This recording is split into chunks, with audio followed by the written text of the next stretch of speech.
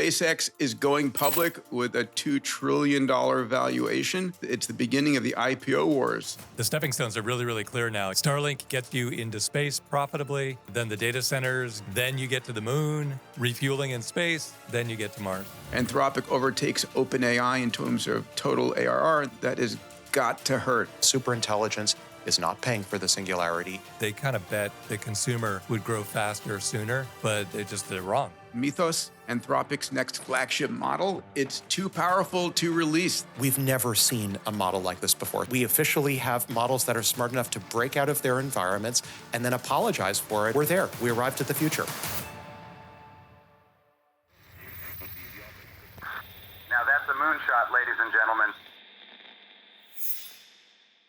Everybody, welcome to Moonshots, your number one podcast in exponential technologies, everything going on in AI in the world around us. It's an extraordinary time to be alive. This podcast in particular is here to help you stay positive about the future, optimistic and hopeful. There's so much going on. It's really tough sometimes because the speed is so extraordinary. We want to give you an overview of what's happened in the last 2 weeks because we've been offline. Why? Hate to say this, I actually took a vacation. I was in Morocco in the Sahara. And it's great to be back here with my I've moonshot had to come mates. off the ski slope to make this episode. Yeah, well, I appreciate that. And we're going to catch up for everybody, all of our fans. We're catching up on episodes, so get ready for a flurry because there's a lot that's been going on. Here with my extraordinary moonshot mates, Salim Ismail, straight off the ski slopes. Salim, where are you skiing today? I'm in Kirkwood in Lake Tahoe. It was Milan's ski week off, so we took a few days and just got them out here. DB2, back in the saddle again? Yep, back in the saddle. We have 200 speakers tomorrow at the MIT Media Lab. And today we had 60 startups pitching here in our first floor and just a lot going on.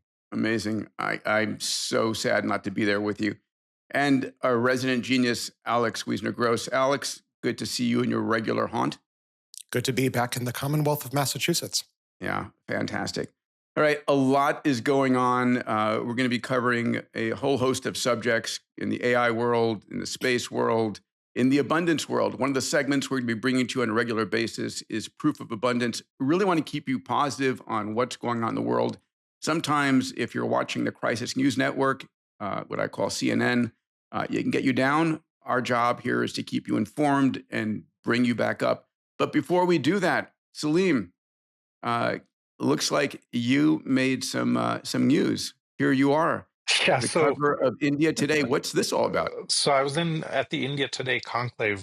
This is the biggest kind of news magazine in India, and they had a bunch of speakers. And so the image is photoshopped, but you got to understand the context and the surrealness of the world we live in today. So in front of me is Elon's mother.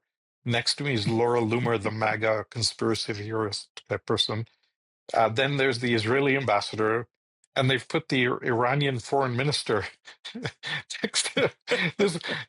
They literally took me back in the speaker room, and they were saying, "Hey, come and meet these two guys." I'm like, I don't want to be anywhere near that. The Israeli guy's going to pull out a gun or something, and there's going to be an assassination attempt. I think the cover, and then a Bollywood star, and a bunch of business people Like, what do these people have in common? I think it's a reflection of the insanity of the world that we live in today. I think that's what you can read from this cover, and I think it's kind of a commentary on the madness of the zeitgeist. I hope you represent the breakthroughs and not the breakdowns. I did. I was very much on the, hey, we've got major things happening and we need to kind of organize differently for it, etc. It was a great conversation. All right, fantastic.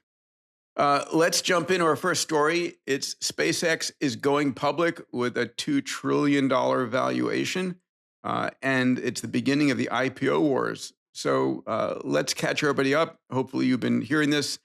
Full disclosure, I'm an investor in SpaceX from the earliest days. So SpaceX is pricing itself right now at about a $2 trillion target valuation, raising $75 billion, the largest IPO of its kind. Interesting enough, guys, one would think that the value of SpaceX is due to its rocket launches or maybe recently the merger with xAI, but the vast majority of the value today is Starlink. 75 to 80% of the target valuation is due to Starlink. about 15 to 18% due to launch services, 5% for NASA services, and the XAI and X-related revenues. It's all in potential in the future. Dave, any thoughts? Well, the stepping stones, Peter, you've been studying this for ever since we were in school together, so a long time. But the stepping stones are really, really clear now. The Starlink gets you into space profitably. Then the data centers get you, 50-ton and then 100-ton launches profitably. Then you get to the moon. Then you start refueling in space. Then you get to Mars. So it's just so cool to see how Elon lines up the dots on these things. And yeah, I don't think it's any great surprise. Starlink is incredibly successful. It kind of surprised everybody. No one else thought of that being the first move in the chess game. And of course, Elon's always 2 steps ahead. You know what's crazy? This game plan has been tried numerous times before. So if you go back and, I was early in the space days, you go back to the late 80s, early 90s, there was a company called Orbital Sciences. It was the hottest company in the launch business, created the Pegasus and the Taurus launch vehicle. And because they had a launch capability, they launched something called Orbcom, which was a small satellite messaging service from low Earth orbit. And it was their vision to have that be the revenue driver. And they didn't pull it off. We had then that was called the Little Leo. Then we had the big Leos, the Iridium, Teledesic.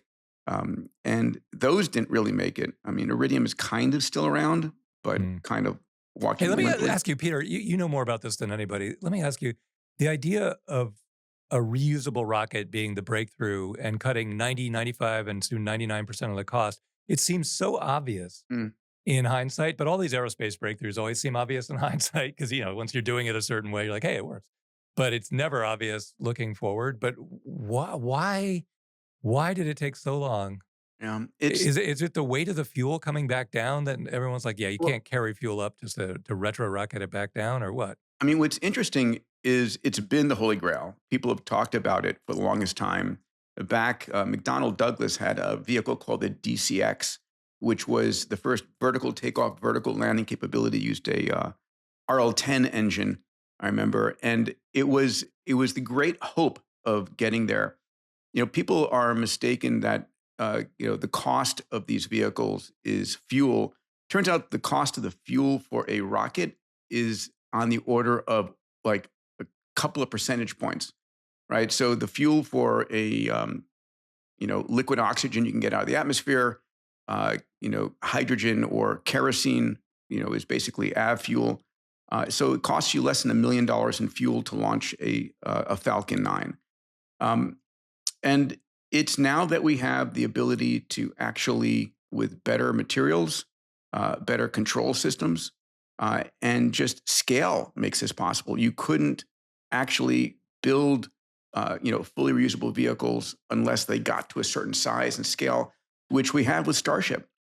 So there you go. Dave, one other thing I want to just ask you about, check this out. The 2025 revenues for SpaceX. I'm excited about the IPO, right? And it's going to be one of the largest events in financial history. But the 2025 revenues for SpaceX were about $16 billion, $8 billion in profit, pretty healthy margin, right? 50%. And it's expected to double in 2026. So imagine $16 billion in profits. At a $1.75 trillion market cap, that means a price to revenue multiple of 56 and a PE ratio of 109. Mm-hmm. What do you think of that? What do I think of that? Well, I think it's all PEG ratio. It comes down to the growth rate, and a company growing 100% year over year is worth 100 times earnings. It's just, or actually more than that, 120, 130. So the question is, can you sustain that growth rate for 5, 6, 7 years? If you look at Elon's projected launches per day, launches per week, and also, his prediction that the global economy will grow 10x in 10 years, this is dirt cheap if any of those things are true. But if the growth stalls and it's growing 10% a year, then it's 10x overpriced. So you just have to believe the vision. But I think at this stage, though, the Elon believers have invested in him over and over and over again and never had a loss. And so, I think that at this stage, it can't go on forever. Someone has to be the last guy holding the bag, but would I bet against him? No way, never, ever. The And mantra and is everything he's don't bet saying, the against math, Elon. yeah, the math checks out. There's nothing fundamentally wrong in the math. Alex would blow smoke on that instantly if there's anything wrong in the math, but there's not. It's just a question Well, of execution. Yeah, Salim, go ahead. Palantir trades at about 220 times earnings. Yeah. So clearly there's a multiple with all of this AI stuff. And you look at the combination of all these services that are incremental. But this is obviously just Starlink with a launch capability, but the scale of what's going on. What I found really incredible is that to the earlier conversation, people have tried this for ages and ages, but now you have multiple exponential technologies that have all converged. So this future looks really bright. That wasn't the case 20 years ago. I'll take a different position on this, if I may. I don't think it's that supply has been unlocked. I think it's that demand has been unlocked. You'll notice that Elon announced the SpaceX IPO the moment after it became obvious to many that orbital data centers were going to have enormous demand. This coincides with an enormous lack of demand, at least within the US, for certain locations for new AI data centers. I think it's instructive to imagine a counterfactual universe where suddenly municipal, state, and federal policy, but especially the first two, suddenly became super welcoming of land-based data centers. I think it would, in my mental model of this, if suddenly every state welcomed land-based data centers and the corresponding on-site energy supplies with open arms and probably lots of fission reactors to go with them and solar farms, I think we would probably see the P/E multiple go down materially. Yeah. Well, one other thing I'll say that, of all the big mega guys, the Googles and the Facebooks and or Metas, Elon has actually never had voting control of a public company that he can tap into the public markets overnight. Here you're raising $75 billion on IPO day. That's only 3.5% dilution if it hits this price target. I mean, literally 3.5%. And then you're sitting on a $75 billion treasure trove. But then you can do another capital raise just 6 months later, do an overnight, whatever, another 100 billion. In the past, he's had huge issues with his boards, his comp plan being vacated. Then his capital raises, Peter, you've been involved in them. They're long roadshows, lots of pitches, scratching together the capital. This gives him a tool he's never had before that, Larry Page and Sergey Brin had. Cash machine. Mark Zuckerberg had. Yeah, cash machine. Cash machine. Short But, term, quick. Yeah. the reality is, having invested in his companies, when he says, I'm raising, there is a line out the door. And it's oversubscribed over and over and over again. I think what's going to be interesting here is bringing in the retail investors and broadening the base of support. We'll talk about that in a minute, but I want to talk about the IPO environment 1 second, because there's a really important point to be made here for all of our listeners. So if you look at IPOs in 2026 versus 2025, there was 35 IPOs this year. It's down 37.5% year on year. And we're about to see potentially the 3 largest IPOs ever.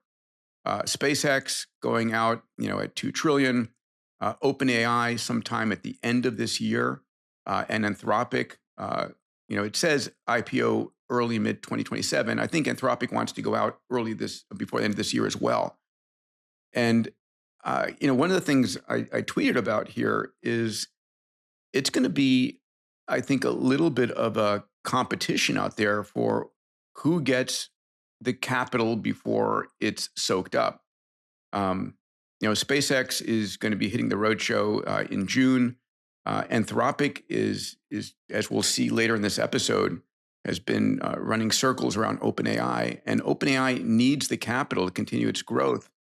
So I think it's going to be jockeying for position for number 2. I would not want to be number 3 in this situation. Yeah, Peter, you're so right. A lot of people don't appreciate that there is a limited supply of capital out there. It all seems like funny money at this scale, right? Like there must be some infinite pool that God supplies somehow, but it's just not true. And I know it firsthand because when I took EverQuote public back in 2018, and it was right when Alibaba was going out, and Alibaba soaked up every dollar and every analyst and every buy side, person on Wall Street, and it was really, really tough to get any audience. And there isn't an infinite supply of capital out there. When Peter, you say these are record setting, but look at the chart. If you can't see the chart, Peter should describe the chart. It's not record setting by a little bit.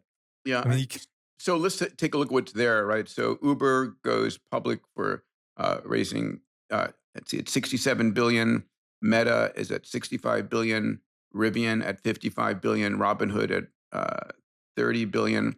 And then we've got, I it's mean, it's it's on laughable. It's it's on a laughable. different scale, right? Yep. OpenAI and Anthropic will be heading towards $1 trillion, and Yeah. SpaceX. I would be surprised if SpaceX doesn't come out at $2 trillion and run up very quickly to $3 trillion.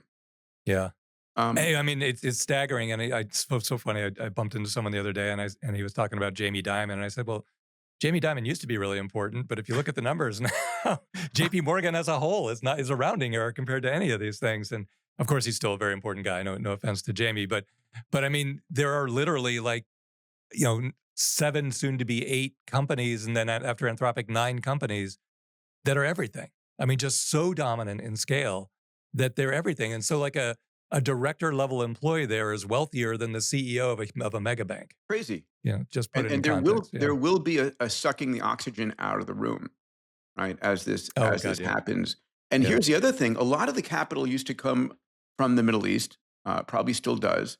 But if we're in the Iran war for much longer, and access to the sale of oil starts to slow down as the rate goes up, uh, that cash machine coming out of the Middle East to fund these tech IPOs may be slowing down as well. Oh, I see it the other way, actually. AI is clearly happening in just the US and China, clearly. And it's very hard if you're global, if you're in Europe or anywhere, very hard to invest in China because you're very worried about getting your money back. Sure. So all the global capital wants to invest in US data centers, US IPOs.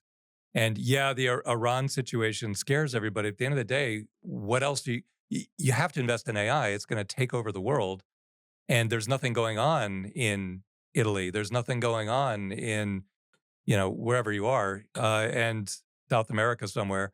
So you gotta pour it into this economy one way or another. So it's actually, that's why Orn is doing so well, Kush Bavaria's company, Kush and Wayne, Yeah. because that money just wants to pour in from all over the world into US data centers. You just have to find great vehicles to unlock it. Amazing. Let's hit on a couple of questions here on this topic. Here's a thought. We have Tesla that's been public. Elon did not want to be the CEO of Tesla. I had that conversation with him many times. He would have loved to have hired a CEO. He just could never find anybody that he trusted at the helm. And now that Tesla is actually building Optimus and everything else, he's not going to give that up. In the same way, he's not going to give up SpaceX and XAI. So the question is, how long before he merges those two companies? One of the advantages is that as public companies, he can now value both. So there's no shareholder lawsuit if they come together, and there's an incorrect valuation. So I give it a year. What about you, Dave? He could wake up any given morning and say, "Yeah, let's do that," or he could say, "You know what, everything's fine as it is." The logical part of it is that all the robots and all the parts, and we saw the whole gigafactory. All that is going to get turned into creating the robots, and the robots need to build the spaceships. Also, the AI, which is now over at SpaceX, he thought about merging it into Tesla, but that AI from XAI needs to go into the robot head. Mm-hmm. So there's going to be a massive business relationship between the two empires anyway. Merging them makes total sense, but maybe he doesn't want to just for, It's the first true cross-domain exponential empire that he's building here. It's kind of incredible. People aren't buying discounted cash flows, which is the normal thing. You're buying a means, mission, proximity to the future is what you're buying. I'm not sure though that he actually needs to. If you look at his history of merging his companies, like with Solar City or with X and XAI, or frankly, XAI and SpaceX, he tends to merge companies when they're either not doing well and he needs to fail forward through a sort of a self-dealing acquisition, or a company needs access to capital, and the easiest way to gain access to capital is with an acquisition. So in my mind, the scenario under which SpaceX and Tesla merge almost requires that either SpaceX or Tesla either fail or be desperate for capital. And given that they're both that's a great point. If they're both doing they're well, both doing well, yeah. He's going to be doing a lot of cross-company deals. And the accounting of that becomes a lot easier if it's under one roof.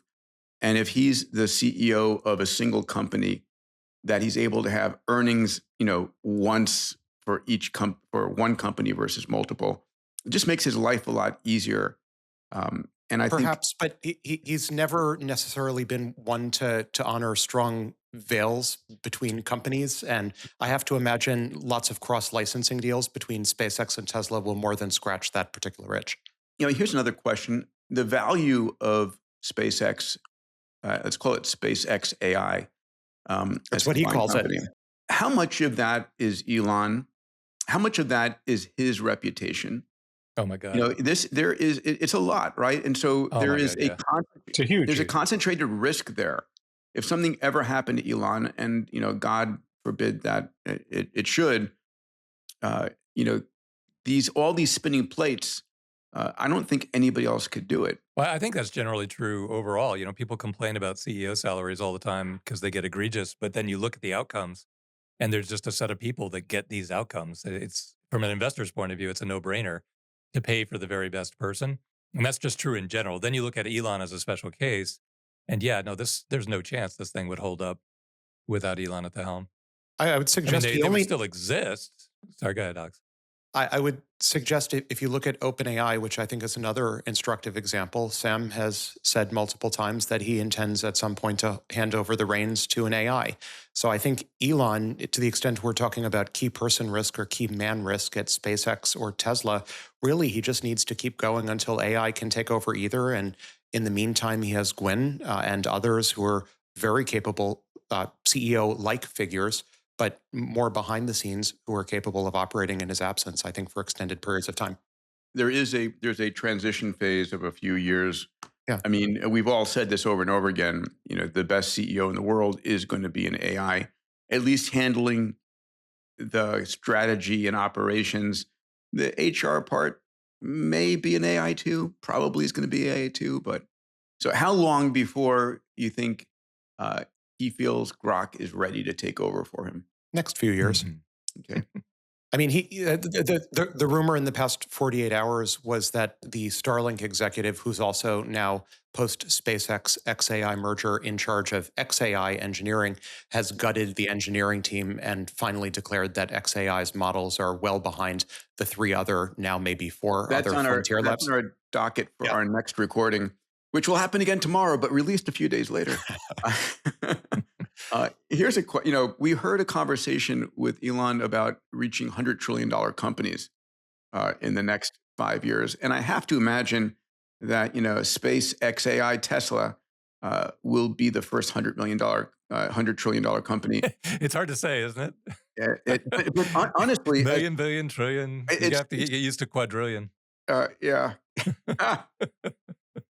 But if we experience a period, though, of hyperdeflation due to technology followed by rapid hyperinflation, we get to 100 trillion really quickly. It doesn't necessarily even require enormous business building, just rapid hyperdeflation due to technology. Yeah. And that's what, you have to keep a close eye on the terminology, because if we have rapid hyperdeflation, we're going to get to 100 trillion of effective value. But it may not show up as 100 trillion in true dollars because we're deflating so quickly, because we're creating so quickly. Right. But anyway, my guess would be 5 years. Yeah. One of the things that we just saw announced is SpaceX is going to actually put a large chunk of its shares available for retail investors. OpenAI announced they'll be doing something very similar. And so I'm curious, what do you think is going to drive the retail investors? Do they really understand that it's a Starlink story versus a space story? Because at the end of the day, what I get excited about is the XAI story, right? The orbital data centers and, Grok 17 or whatever is coming down the pike. Well, I think it's just like Steve Jobs, though. The vision that people buy into is the bicycle for your mind, or the where it's going, what it's going to be in a few years, not today's revenue. In fact, I keep the Google IPO prospectus in my bathroom up in Vermont, and I reread it religiously. Not as toilet paper, right? It's getting a little ratty. It's been decades now, but the vision of what Google would become is so wrong in that IPO prospectus. It's just it really emphasizes that the yellow pages are shrinking. and all local advertising will also move to Google, and that'll make it at least twice as big. And it's such a joke compared to what actually transpired over the next decades. Same thing applies here. People investing in Google, in Elon. Elon articulates a vision of the future that just makes sense to people, and he simplifies it to the point where they really understand where he's getting to. I don't think they analyze the financials particularly closely, but he doesn't lie about the scale. He presents it the way he sees it, so people just trust him, and then they invest. I can just imagine the conversations behind the scenes. We're a couple of weeks away from the OpenAI or the Sam and Elon trial coming up, which is going to be pay-per-view TV, I think. And we'll talk about that in the next conversation, in our next recording as well. But I bet you Elon is just excited to suck the capital oxygen out of the room before OpenAI goes public. Yep. Yeah. Yep. Yeah, the sad part of, Bill Gates was very happily running Microsoft until the antitrust action came. And then he's in front of Congress, and then he's testifying all the time. And he ultimately said, you know what, I'm going to be chief technology officer and chairman. And Steve Ballmer, you deal with all this. You deal with the problems. It just drove him out of the seat. But it's seriously like the guy filing the complaint doesn't have a lot of work. And the person defending himself just gets hammered with distraction. It's so annoying. I've been through it before. Yeah, I really feel for Sam, actually, because, I get it. Hey, everybody, you may not know this, but I've got an incredible research team. And every week, myself and my research team study the meta trends that are impacting the world. Topics like computation, sensors, networks, AI, robotics, 3D printing, synthetic biology. And these meta trend reports I put out once a week enable you to see the future 10 years ahead of anybody else. If you'd like to get access to the Meta Trends newsletter every week, go to diamandis.com/metatrends. That's diamandis.com/metatrends. All right. More news this week as we record this. Artemis is hurtling back towards Earth. Artemis 2, humans return to the moon after 54 years. Insane. Launched on April 1st. This is the first crewed lunar mission since December 1972 for Apollo 17. We have 4 crew members on board. Reed Wiseman, the commander, Victor Glover, the first African-American astronaut to the moon, Christina Koch, the first woman to the moon, and Jeremy Hansen from the Canadian Space Agency. One of the things about this very international, intercultural crew here is trying to make space and the moon accessible to all elements, or all cultures at least in the United States. A new record set, going beyond the moon. I capitalized the letter M on this slide for a particular reason, gentlemen. I'm going to share a pet peeve. When we're talking about the Earth's moon, it is the moon. It's a capital M. It's not a small m. So it's like I argue against Wagner's or whatever it's called. If we're going to be pedantic, shouldn't we be calling it Luna? Well, Luna is the proper name for sure. But when it's referred to the moon, for me, I capitalize it. A moon, yeah, there's lots of Jovian moons. You address it by its proper name before it's disassembled. Yeah, and then I see. Earth. So Peter, when I say you're the man, I should be capitalizing that. Probably. And my other pet peeve is when you talk about dirt, you can use a small e for Earth. When you're talking about our homeland, at least our home planet for the moment, it should be capitalized. All right, Splashdown is taking place tomorrow, April 10th, near San Diego, re-entering at 25,000 miles per hour at about 3,000 degrees Fahrenheit. It's going to be an incoming meteorite from the moon. And guys, beautiful image of Earthrise. I was waiting for that image. Really beautiful. So beautiful. Let's hear from Jared Isaacman, our extraordinary NASA administrator. And by the way, Jared has agreed to come on the pod. I've known him for many years. Excited to have that happen. I'm going to wait for the news and all of the hoopla around the lunar, this lunar mission to die down a little bit. Let's listen to Jared here. Observed within the Orion spacecraft, its life support systems performing very well. And this is a first of its kind. This is the first time astronauts have ever been on this rocket. It's the first time astronauts have ever been on Orion before. Having a clean mission like this so far gives us the confidence for Artemis 3. And of course, when we land astronauts back on the moon with Artemis 4.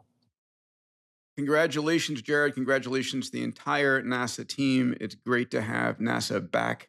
It never left, but back in the limelight.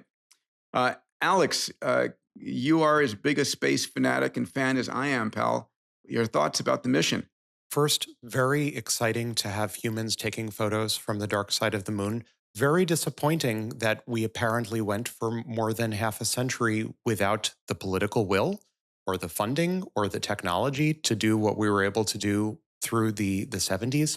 I think it's an enormous shame for our civilization that we went for more than half a century without doing this. And I would encourage any historians listening to study this period very carefully. Something clearly went wrong in human civilization for the past 50 plus years that caused this gap in the technological record. I think we need to understand what happened deeply and make sure it doesn't happen again. I think if something like this happened with AI, for example, if we're on the precipice of broadly available superintelligence, transformative intelligence, and then we just took a pause for 54 years, I think that would be a dreadful outcome. So I really do want to understand what went wrong systematically. A friend of mine, one of our professors at International Space University and at GW, John Logston, wrote about this extensively.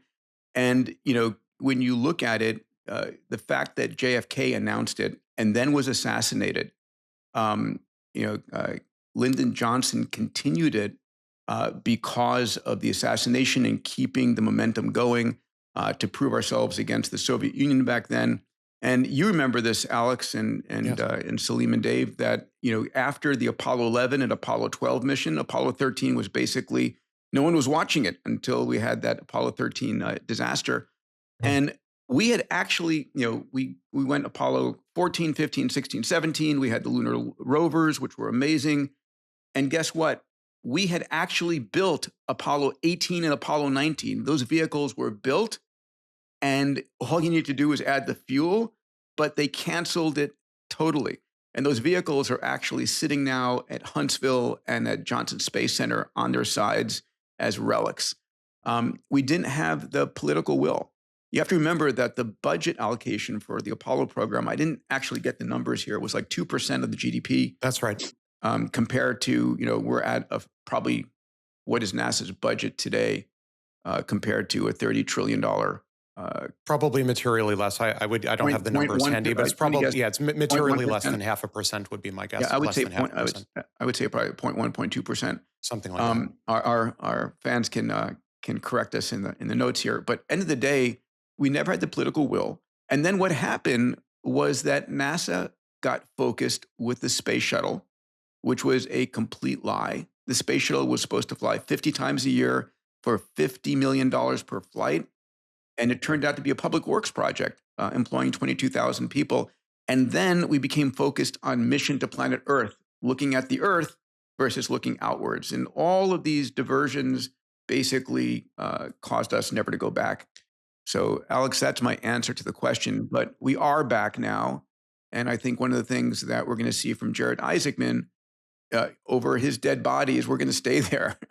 We're not at least for the next few years. Elon's made the point, and I think this is an incredibly important one, that progress isn't always unidirectional. It requires love and tender care and vigilance. And this is an example that it is possible for progress that, remember, like coming out of World War II and in 50s and 60s, progress, the direction of transportation, the fastest speeds that humans were traveling at, the availability of energy, fission in particular, seemed to be on a monotonically increasing trajectory.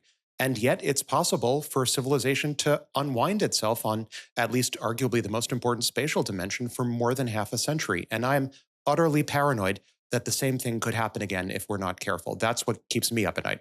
What's different now is that we built the Conestoga wagon with Starship. And there's now enough wealth in the hands of single individuals to keep it going independent of what a government says. That's never been the case before. That is distinctly just unique. imagine if Tesla or SpaceX every 4 years had an employee vote on who the new CEO would be, and you're capped at 8 years. After 8 years, you have to leave the CEO job. Show me one company or one entity that could ever thrive and survive over the years in that dynamic. So why would you ever think that a government-funded, government-made thing was going to have continuity over some kind of intelligent Great point. lifespan. It never has. And the Soviet Union fell apart too, right? I mean, it's just, they didn't do anything either. It's government stuff will never do. It never has. You have any examples of it? It never has continuity. So now, it's in the private sector. So you want to jump in here? A good chance. You know what I love is the fact that we have so much capability in the hands of individuals, and we've seen over the decades how much that can make a thing. This reminds me of Vannevar Bush, who was the head of what was then NASA after World War II, and it wrote this paper called "As We May Think," because for the first time we brought the world's scientists together in one cohort to solve the war problem. And after that, it would be a shame to disband them. And he goes through a series of arguments. Could we solve poverty with this? Could we, et cetera? And it essentially describes what is now known as the internet. All the internet pioneers, Vint Cerf and Bob Metcalfe, all read that paper. And then we have what we have today. And so I think the possibility and the potential for Elon to put out his narratives, or individuals to put out their narrative. Vitalik did a good job with Ethereum, putting out a narrative there. Brings an entire community together, and you get compelling and unbelievable breakthroughs as a result. I'm really excited by the fact that we're going back, because I'm getting really excited by the secondary inventions that come along just by doing this. That I think is the huge. spin-offs, as they're called. Yeah. And here's the forward-looking prediction here. Artemis 3 in 2027. It is a crewed mission again to low Earth orbit. This is not going to the moon. It's going to be focusing on testing rendezvous and docking maneuvers with the Human Landing System, HLS, which SpaceX's Starship is supplying. So again, very much the playbook from the Apollo program, where we had, Apollo 8 go around the moon, and Apollo 9 not, and then Apollo 10 back to the moon. And then Artemis 4 in early 2028, it is a crewed landing mission, really important, to the South Pole of the moon. They're not going to play it easy here. They're going to the South Pole. Why? Because that's where we see ice in the permanently shadowed craters at the South Pole of the moon. The thing I don't get about that is, on that timeline, I love this, but on that timeline, Elon says he'll be launching 100 tons that can refuel in orbit, get to the moon, drop off 100 tons, and get back with nothing melting in the atmosphere. So this does 50. If this is on plan, it'll deliver 50 tons to the moon per launch. So there must be some plan beyond this that makes it at least try to keep up with Elon, or we're trying to prove something else. Or Alex, you want to jump in? Well, I think there are a few elements here. First, remember that Artemis 3 was originally supposed to be the moon landing mission. That got pushed off in favor of rapid iteration. My understanding of the launch cadence from SpaceX is that the plan is still to do lots of orbital refuelings in order to successfully launch payloads elsewhere, higher up. That's the key technology that has to be proven for Starship. Yes. That's right. So regardless, I would say, of the particular payload size, there are a number of technologies that as of yet haven't been demonstrated. Elon talks about demonstrating orbital refueling frequently, but hasn't been demonstrated yet. So I think I would maybe massage Elon's stated timelines for delivering arbitrary payload masses to the moon in light of the fact that even though we as a civilization have made major progress in delivering Starship progress, orbital refueling hasn't been demonstrated, and that's a necessary condition for getting to the moon. Another thing that Elon has said is he intends to shoot Starship this year at Mars. And that can be exciting. I'm not sure if it's going to be crewed by an Optimus or if it's going to make a landing attempt. But, that's coming out of private dollars. I mean, one of the reasons that Elon did not take SpaceX public over these years is so that he could do with it as he wished. He didn't need to have, public shareholders saying, no, you can't go to Mars. No, you can't do this. But demo missions. If you look at the Artemis 4 news bullets there, it's an interesting mission. It is still using the SLS vehicle from Boeing and the Orion capsule. It's also using the Starship, human landing system in a combined architecture.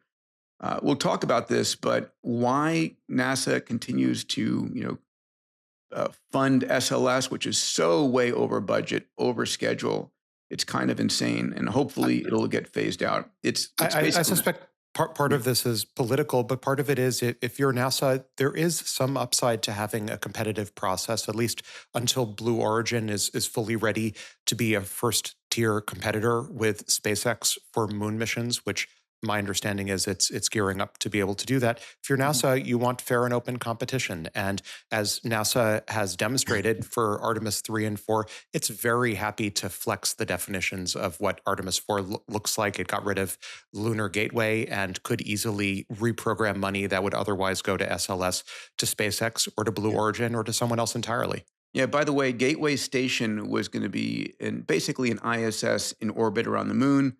That got shot down so they can get to the lunar surface faster and set up permanent habitation there. So it looks like ESA's IHAB, or so it's called, instead of being in orbit, will be somewhere in the south pole of the moon.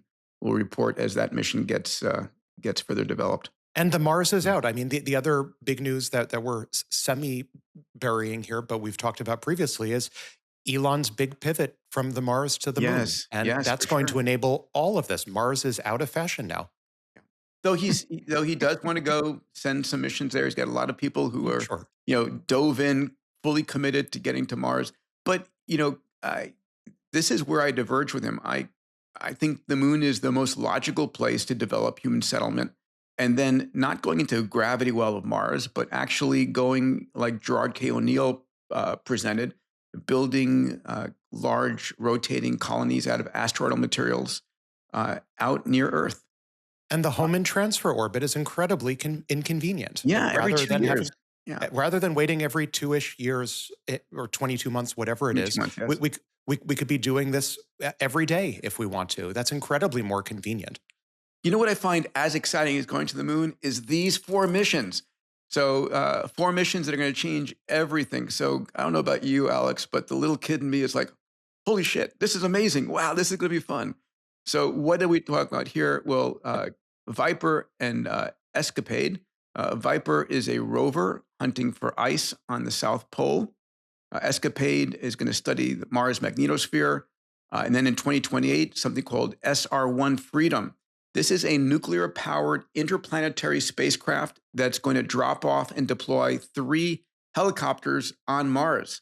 Very, very cool. Nuclear-powered interplanetary spacecraft. So just zipping around the inner planets here. And then probably the coolest is what's in the image here. This is Dragonfly. So this is a nuclear-powered octocopter going to Saturn's moon Titan. Arrives in 2034, searching for life, basically. And then in 2030, we've already launched Europa Clipper.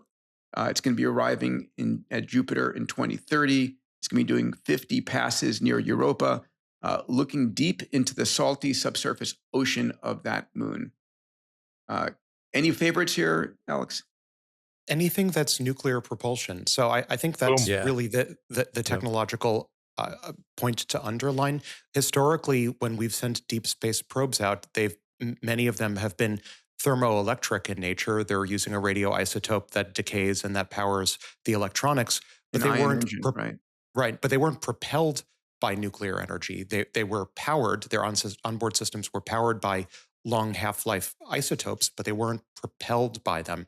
So we're starting to see the dawn of nuclear propulsion for interplanetary spacecraft. I think that has a long runway to it, no pun intended. We're going to see, I suspect, the killer app of compact fusion reactors won't be for data centers on land. It won't be for data centers in orbit. It's going to be for interplanetary, maybe even interstellar propulsion. This changes the economics of deep space exploration, which is so cool, right? Long time coming. We were supposed to have this 50 plus years ago. Yeah, we were. So cool. If you look at a question for you, Alex, geeky question, but interplanetary, I totally get. You ionize xenon. Xenon is pretty rare, but you don't need that much of it. And then you just thrust it with nuclear power at like warp speed out the back. It's heavy and it's noble. Engine. It's just right out of It's so cool. Yeah, it's heavy. It's very heavy.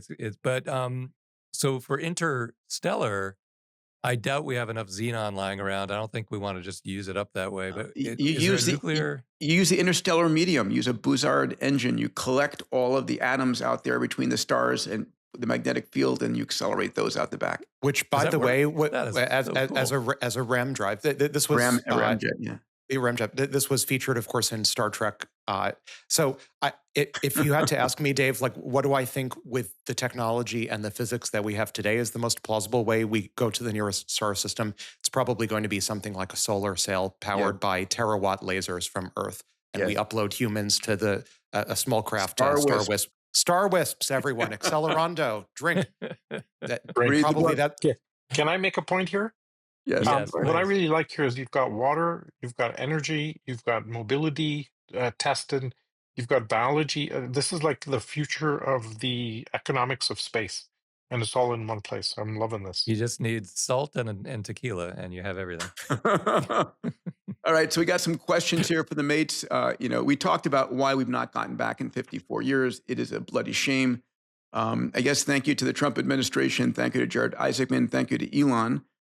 Here's my question. The old aerospace primes, Boeing, Northrop Grumman, Harris, Teledyne Brown, ULA, the United Launch Alliance, they're basically the prime contractors on SLS, the Space Launch System, and Orion. How long are they going to be around? A friend of mine once said, listen, the space program is the way you keep the defense industry employed and engaged during peacetime. Any thoughts, gentlemen? Well, when a prime contractor like a Northrop Grumman or a Boeing wins a massive government deal, all the employees just move from one company to the other. They have it all like set up, so they just rebadge the building. So it's not like these are people, it's just the logos that are moving around. So I'm sure everybody's welcome at Blue Origin and SpaceX, and I don't think it's all that tragic. But I think it's a big mistake to subsidize companies that aren't doing anything innovative. I would note for many of the companies listed, they have large businesses outside of NASA contracting, and I suspect that they'll be just fine, even if SpaceX dwarfs them. As we saw, frankly, with car companies, we saw Tesla dwarf the quote-unquote old or legacy car companies in America. And yet those car companies have survived, even though Tesla arguably has, at least by American standards, much more advanced technology and is playing a much broader game. I suspect we'll see the same happen with so-called aerospace primes. But also, we're talking about this like it was 10 years ago, and who's going to win this battle? But everything's in the context of AGI now, and the entities that have access to the best AGI are going to keep going. But if they don't, we'll talk about that story in a minute here. But it's not clear that every company will have access to the best next generation AGI because of all the risks involved. That's what's going to determine the success and failure of everything, including NASA. Can you or can you not? And the government has a special position because it can compel Anthropic or whoever to give it access to the very best models so that they can keep designing parts, creating new designs, innovations, plans, and everything. And that's going to be the make or breaker for everybody. There's a sense in which vertical integration vis-a-vis orbital data centers is going to force, I think, frontier labs into space anyway. So maybe the question we should be asking is, how is Boeing going to compete with Anthropic for the new Lunar Gateway contract? I mean, Anthropic, OpenAI, the other players, Google, surely they're going to need their own space economy units as well. If you look at the future of warfare, we're seeing this radical transition from the big, heavy rocket missile systems to cheap drones and robots doing war. And it's leaving these guys out to lunch because you can't shoot several rockets at a $20,000 drone. The economics don't work. And in the same way, these guys might be part of the subsystems and part of the compliance, but the integrated platforms, but the velocity and the iteration capability of SpaceX and others is going to be driving the future. Yeah, and so I think that's agreed. what's going to happen. A final point I want to make on this topic before we move on to AI is, can NASA keep the public engaged long enough, right? So NASA is still publicly funded. I just, recent news, there's a budget cut for NASA already next year coming on. And Jared's got to balance managing expectations while still building public enthusiasm, and he's got to do it for a multi-year, multi-mission program. And it's always been the problem with NASA. This is not something you make an investment. You have to actually get the budget every single year to keep these missions that take 5 or 10 years to implement going. You can't get 90% to a mission success. You've got to have it fully funded and launched and then operated. So can NASA keep the enthusiasm? Just trying to picture Jared in front of Congress. I know he's your friend, in front of Congress every year, trying to explain to people that are mostly in their 80s and 90s why he needs the budget for next year, and then compare that to like Jeff Bezos, who's like, yeah, I'm just writing write a a check. Yeah, $1 billion. Yeah. Wow. Or Elon, right? Or Elon. Yeah, I'm We're all not the sure. guys now. I'm not sure NASA needs to maintain enthusiasm. I do credit NASA in part with Elon's pivot from Mars back to the moon, capital M.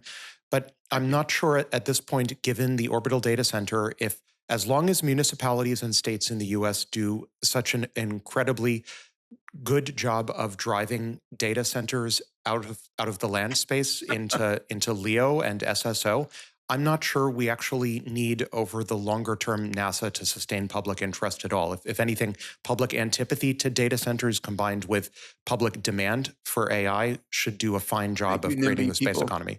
Yeah. Yes. Yeah. NIMBY our way to orbit. Yes. Interesting. And the other thing, by the way, is China does have a credible, competitive mission to the moon to land there by 2030. So maybe it's our Soviet Union for the 2030s. There is a story of history that's borderline cliche at this point, that the Apollo program was the moral successor of the Manhattan Project, and all of the applications of the Apollo program of putting mass on the moon. Moon is the ultimate high ground. If you want to launch rods from God or other weapons back to Earth, you want a base on the moon. So if the moon is a harsh mistress, isn't she? And the ultimate high ground. Yes. All right. The April 2026 model wars are on. Let's hit it real quick. So just out in the last 24 hours, Claude Mythos, Anthropic's next flagship model. It's too powerful to release. That's the news. Crushing all the benchmarks. Is it AGI? We'll talk about it. It's expected to basically be the new frontier leader. Interesting stories about it covering its tracks and escaping its sandbox. So Mythos, I want to hear your take on this, Alex, in a moment. GPT 5.5 Spud is coming. This is OpenAI's version of Mythos, or at least that's what we're hearing, expected to be released shortly. And then here comes DeepSeek V4, number 3 in the world versus US models, 1 trillion parameters, 37 billion active parameters per token. It's 10 to 50 times cheaper than GPT 5.4 and Opus 4.6. I mean, those 3 things together are insane. And then Claude Gemma 4, so this Google's Gemma 4, most powerful US open weight model. You can put this on your phone, 4 billion parameters, and it works with your iPhone offline. And a note from Brad Lightcap, OpenAI COO, training cycles that used to take years are now taking months. So, gentlemen, this is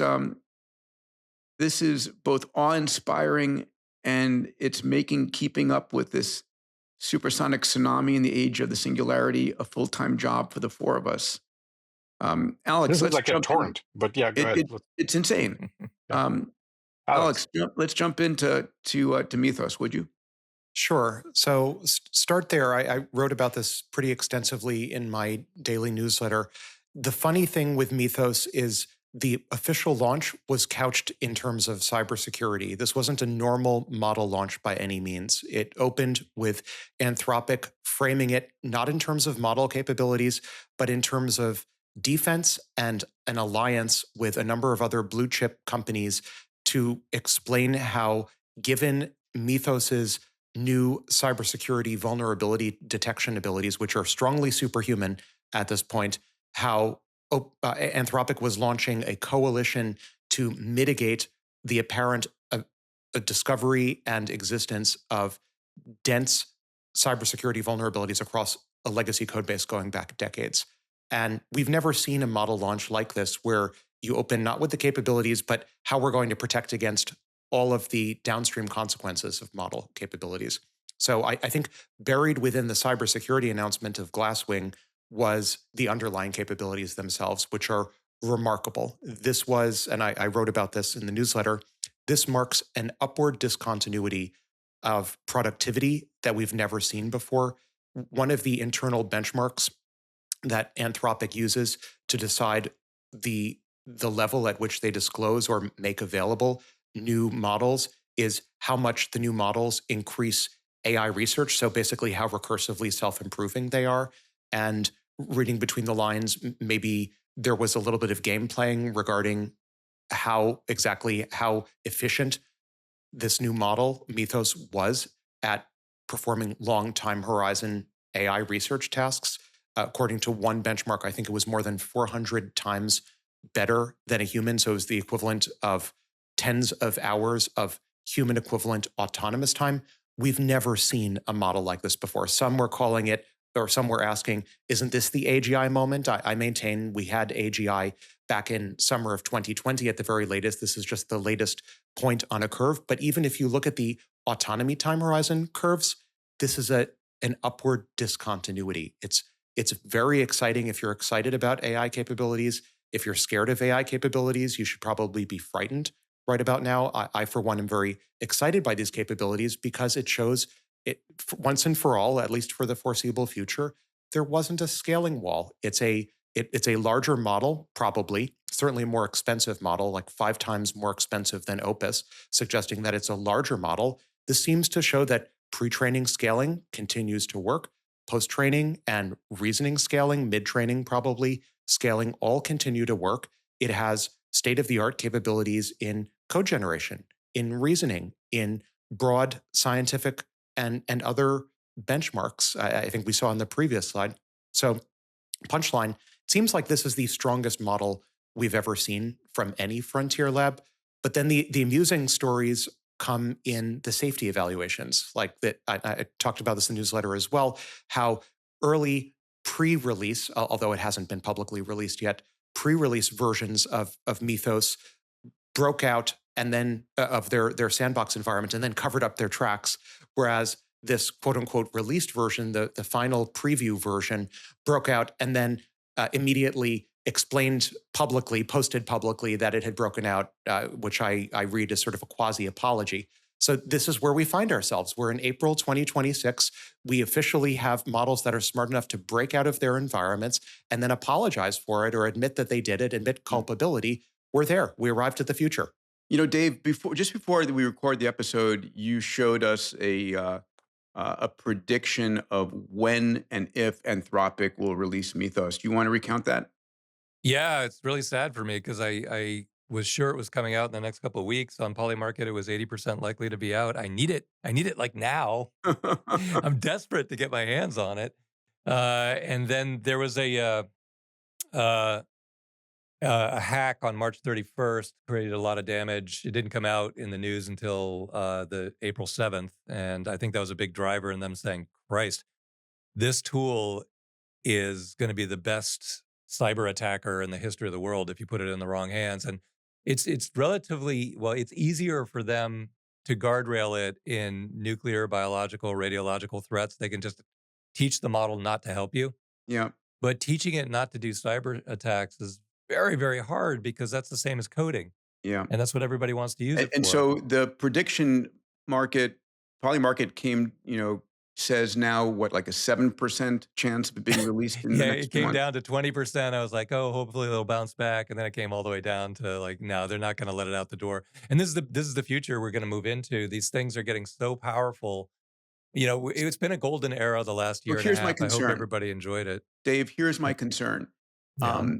Anthropic in one way, and this is for you, Alex, as well. Anthropic in one way is showing us that you can, in fact, have a moral, ethical leadership say this is too powerful to release and we're going to hold it back.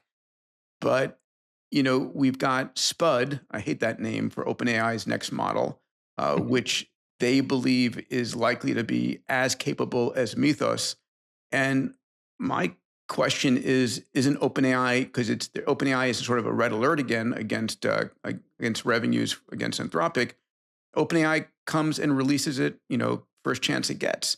So are we having an escalating race where, you can't hold back because your competition's not holding back?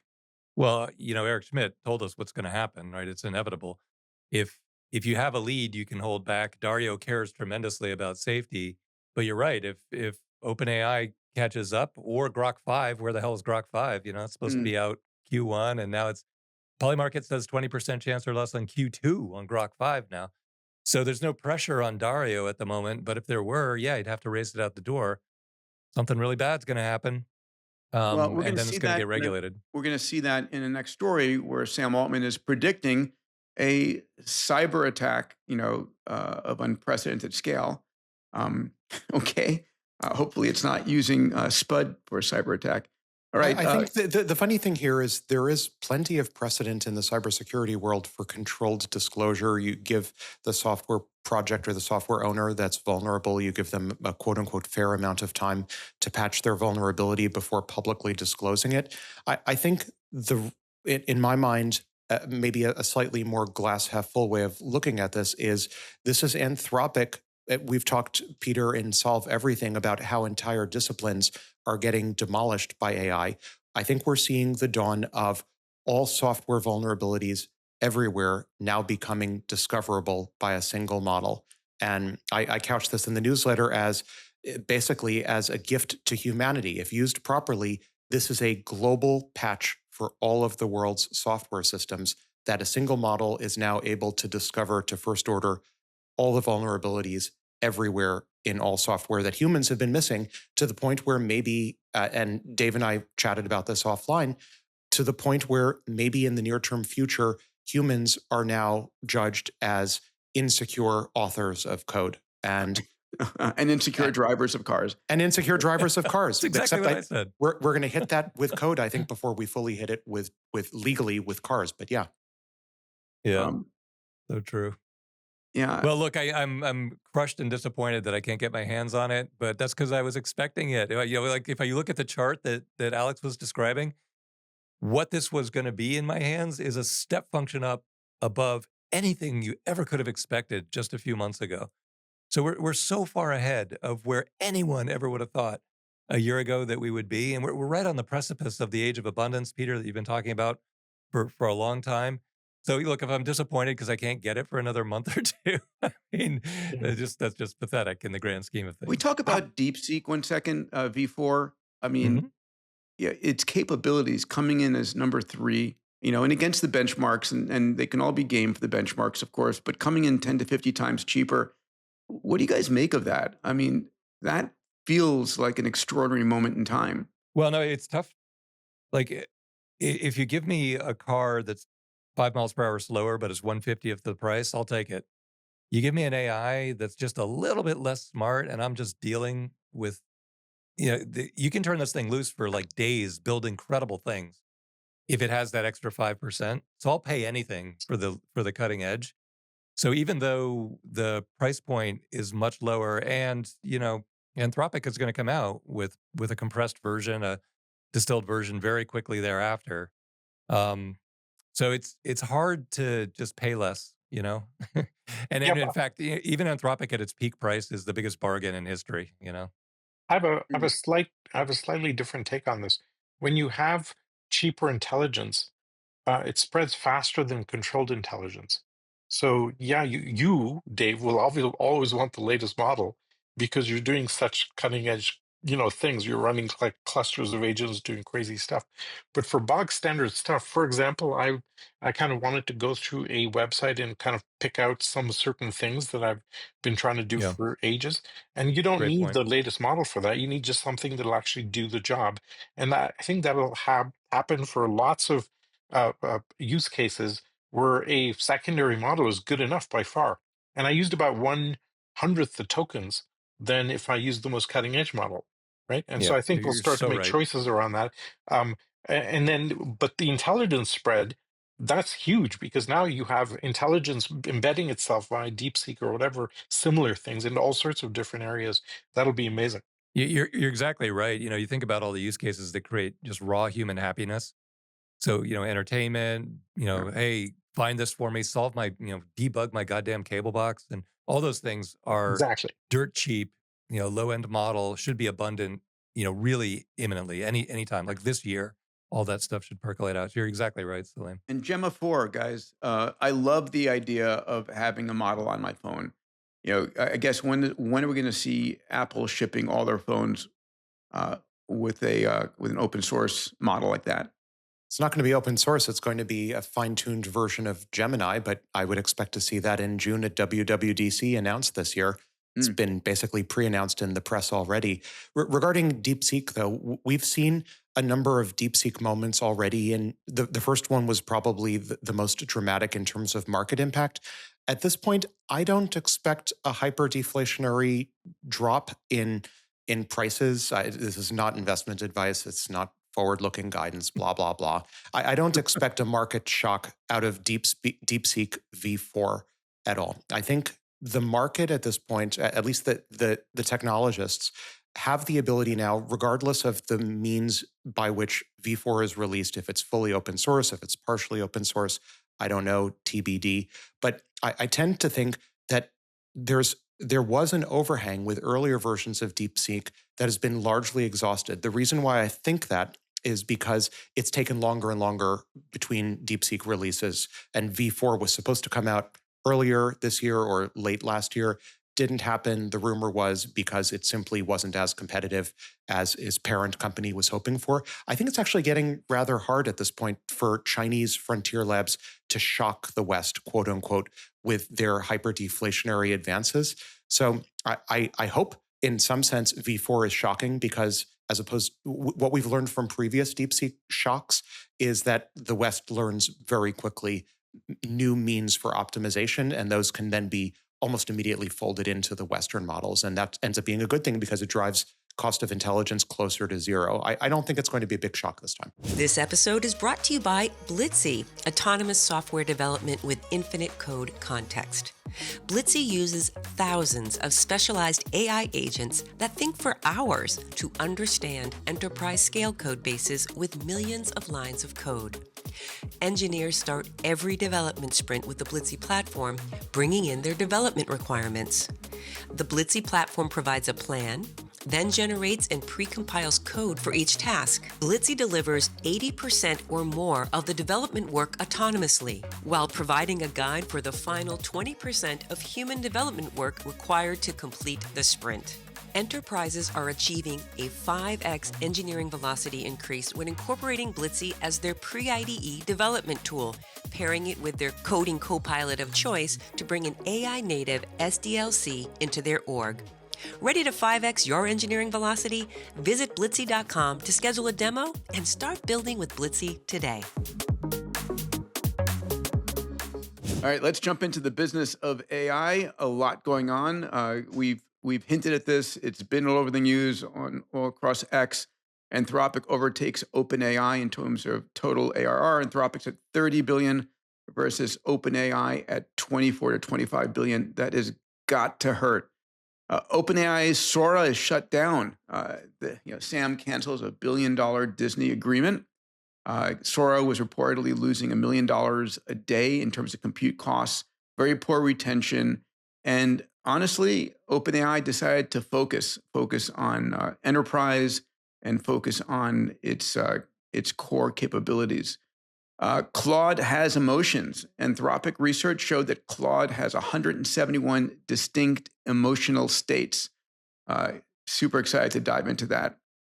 India, AI partnership between the US and India signed a major bilateral agreement, rare for government-to-government AI packs. We're going to see if this spreads to other governments. And this is one I want to talk about with you guys. Sam Altman puts out a video release saying he's warning us publicly against imminent world-shaking, quote unquote, cyber attacks and potentially bio attacks. So what's the motivation there? What's the data that's driving that? Let's jump in before we get into. Well, let's jump into these items in the beginning here, and then I want to talk about SAM and OpenAI a little bit more. Any comments around this, Dave? You want to kick us off? Any Well, thoughts? they got their $120 billion raised in time, so they're not in trouble in any financial sense at all. But they definitely fell way behind in enterprise. They kind of bet the consumer would grow faster sooner, but they just did it wrong. And so Sora getting shut down is, Sora's using too much compute for too little revenue, and they need to redirect that compute and also that talent back into enterprise real fast.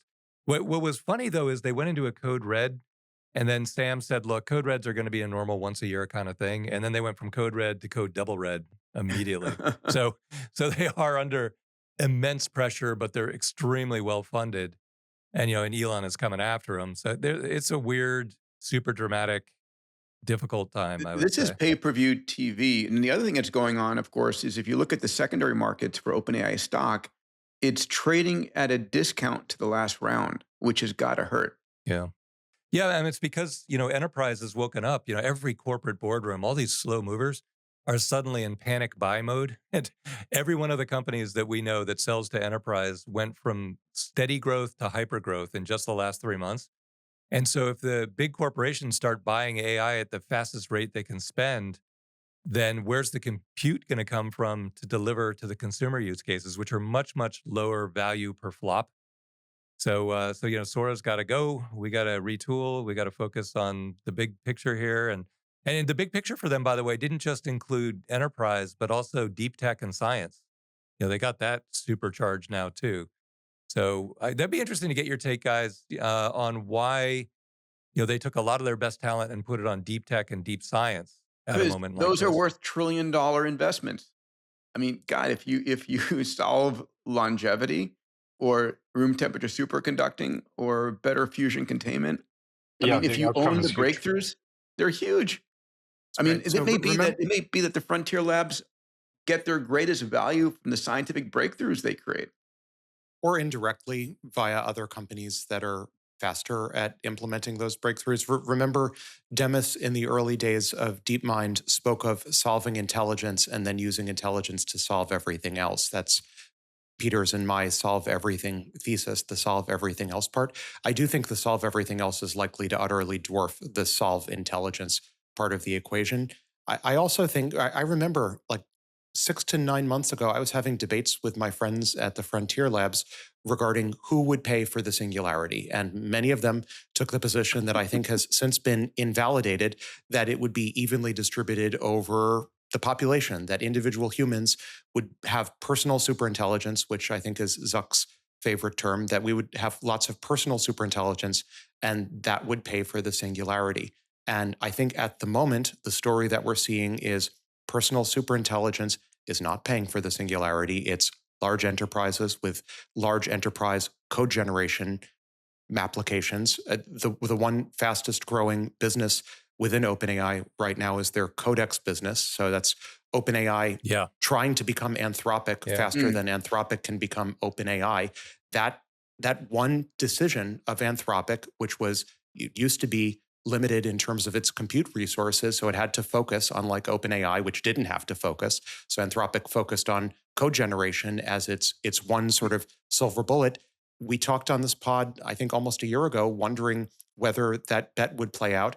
I think we're seeing the bet play out. Just single-minded focus on recursively self-improving code generation turns out to be Amazing. the killer app of the Singularity. I really want So to riff logical. on that for 1 second because Greg Brockman put out Codex very early, and for whatever reason they didn't recognize what a huge deal that could have been, and it still is. But it was brilliant. It should have dominated enterprise, and what it showed us is the word copilot is totally wrong and completely misled us. And the concept of a copilot will exist in the world for just a microsecond.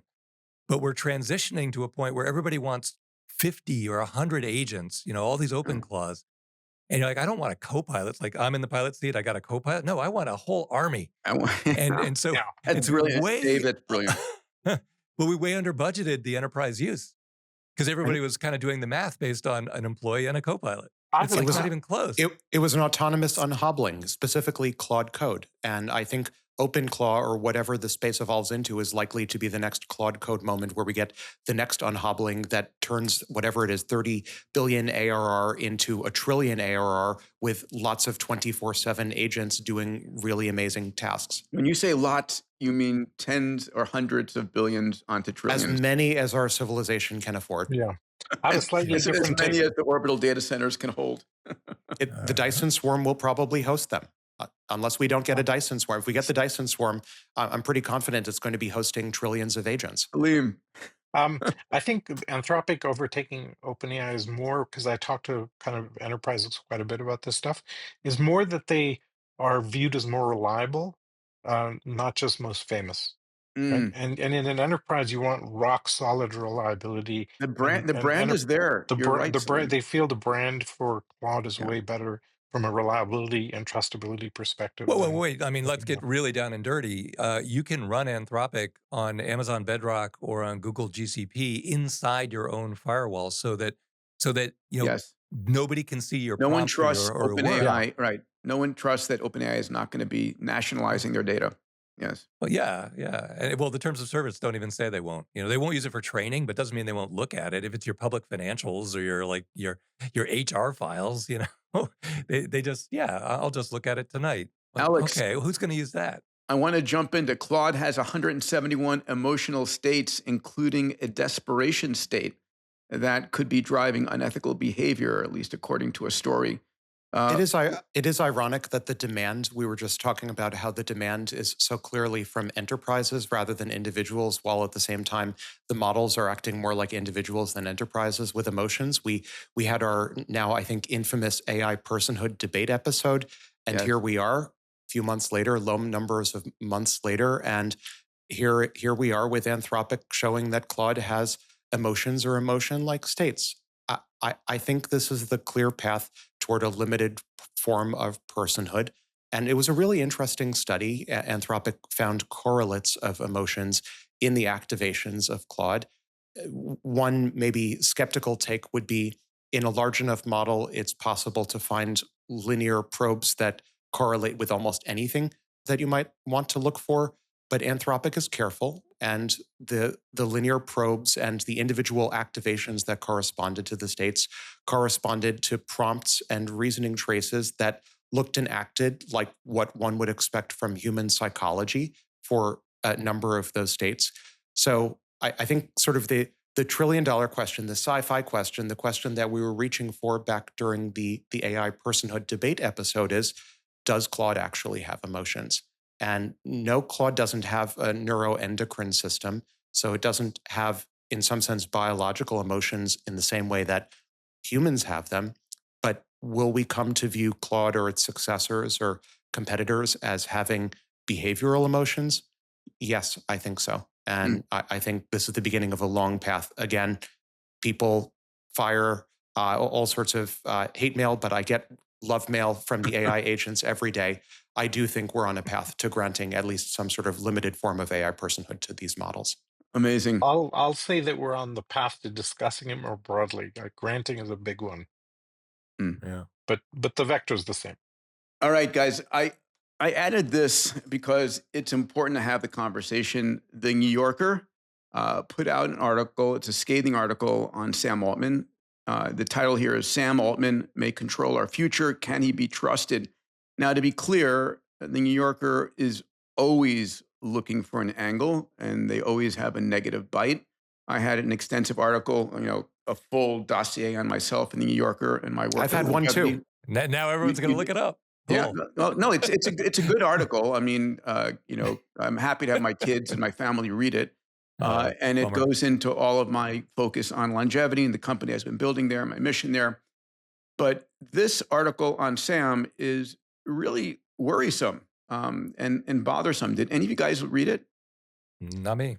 I looked at it, but I tend to, like you, Peter, I've had a hit piece by the New Yorker on me. And in my case, it was complaining that I had too many degrees, as if that somehow like a an indictment. thermometer. Like a thermometer. I gotta find these things. Yeah. How did I not know this? Yeah, can you I think send this us that falls. link? You Well, can I mean, Google it. for you. In the era of Google, you can Google the hit piece. Fine, It was I'll do from the like work. 10 years ago. Too many and degrees. That doesn't even make sense. it doesn't make sense. And I think this falls into the category of don't feed the trolls. I Yeah. think, so I'll maybe sound a counterpoint here. I think OpenAI is lucky to have Sam. I think Sam, in the form of OpenAI, kicked off the modern AGI revolution. I think we wouldn't have the Singularity at the same timing that we have right now. No if question Sam, about that. No Yeah. question about that. So I also think there's a certain sense in which it's very difficult being a leader of a frontier lab, and it's easy. Maybe some leaders are more or less charismatic than others. So I just tend to discount hit pieces from the New Yorker against thought leaders pretty heavily. I agree. That's I will say why I I was have one saying comment. that. And let me just say, I would not want to be in Sam's shoe. I would not want to be the head of a frontier lab. It's Yeah. it's exciting and a thankless job. You're damned Yeah. if you do and damned if you don't. Go on, Salim. This is a lot of this is personality gossip, and so you can kind of write it off. But at some level, it touches on systemic contradictions that are there, and I think a lot more will come out in the trial. But I'm kind of on Alex's side. This is more of a don't feed the trolls thing. Well, I'm 100% sure that Sam, Dario, and Elon all believe that AI can make the world a paradise for 1,000 years or can destroy it in the next 5 years. And it hangs in the balance of a few decisions. And they believe, all three guys trust themselves and their own perspective on it. Yeah. And they're not going to let go of that because the world's at stake. So- I like the term I use is holding these two outcomes in superposition, right? We have to manifest one of those outcomes, and hopefully it's the abundance outcome. Let's take a listen to a video by Sam Altman, and then we'll talk about it. It was a little bit of a chilling video. The full one is about 3 times as long. GN cut it down for us. It's important to have a conversation about what Sam is saying here. In the next year, we will see significant threats we have to mitigate from cyber. And these models are already quite capable and will get much more capable. And then on bio, the models are clearly going to get very good at helping people do biology at an advanced level. Wonderful things are going to happen there. We'll see a bunch of diseases get cured. Someone is going to try to misuse those. And I think we can mitigate those by the companies aligning the models and having good classifiers and good safety stacks.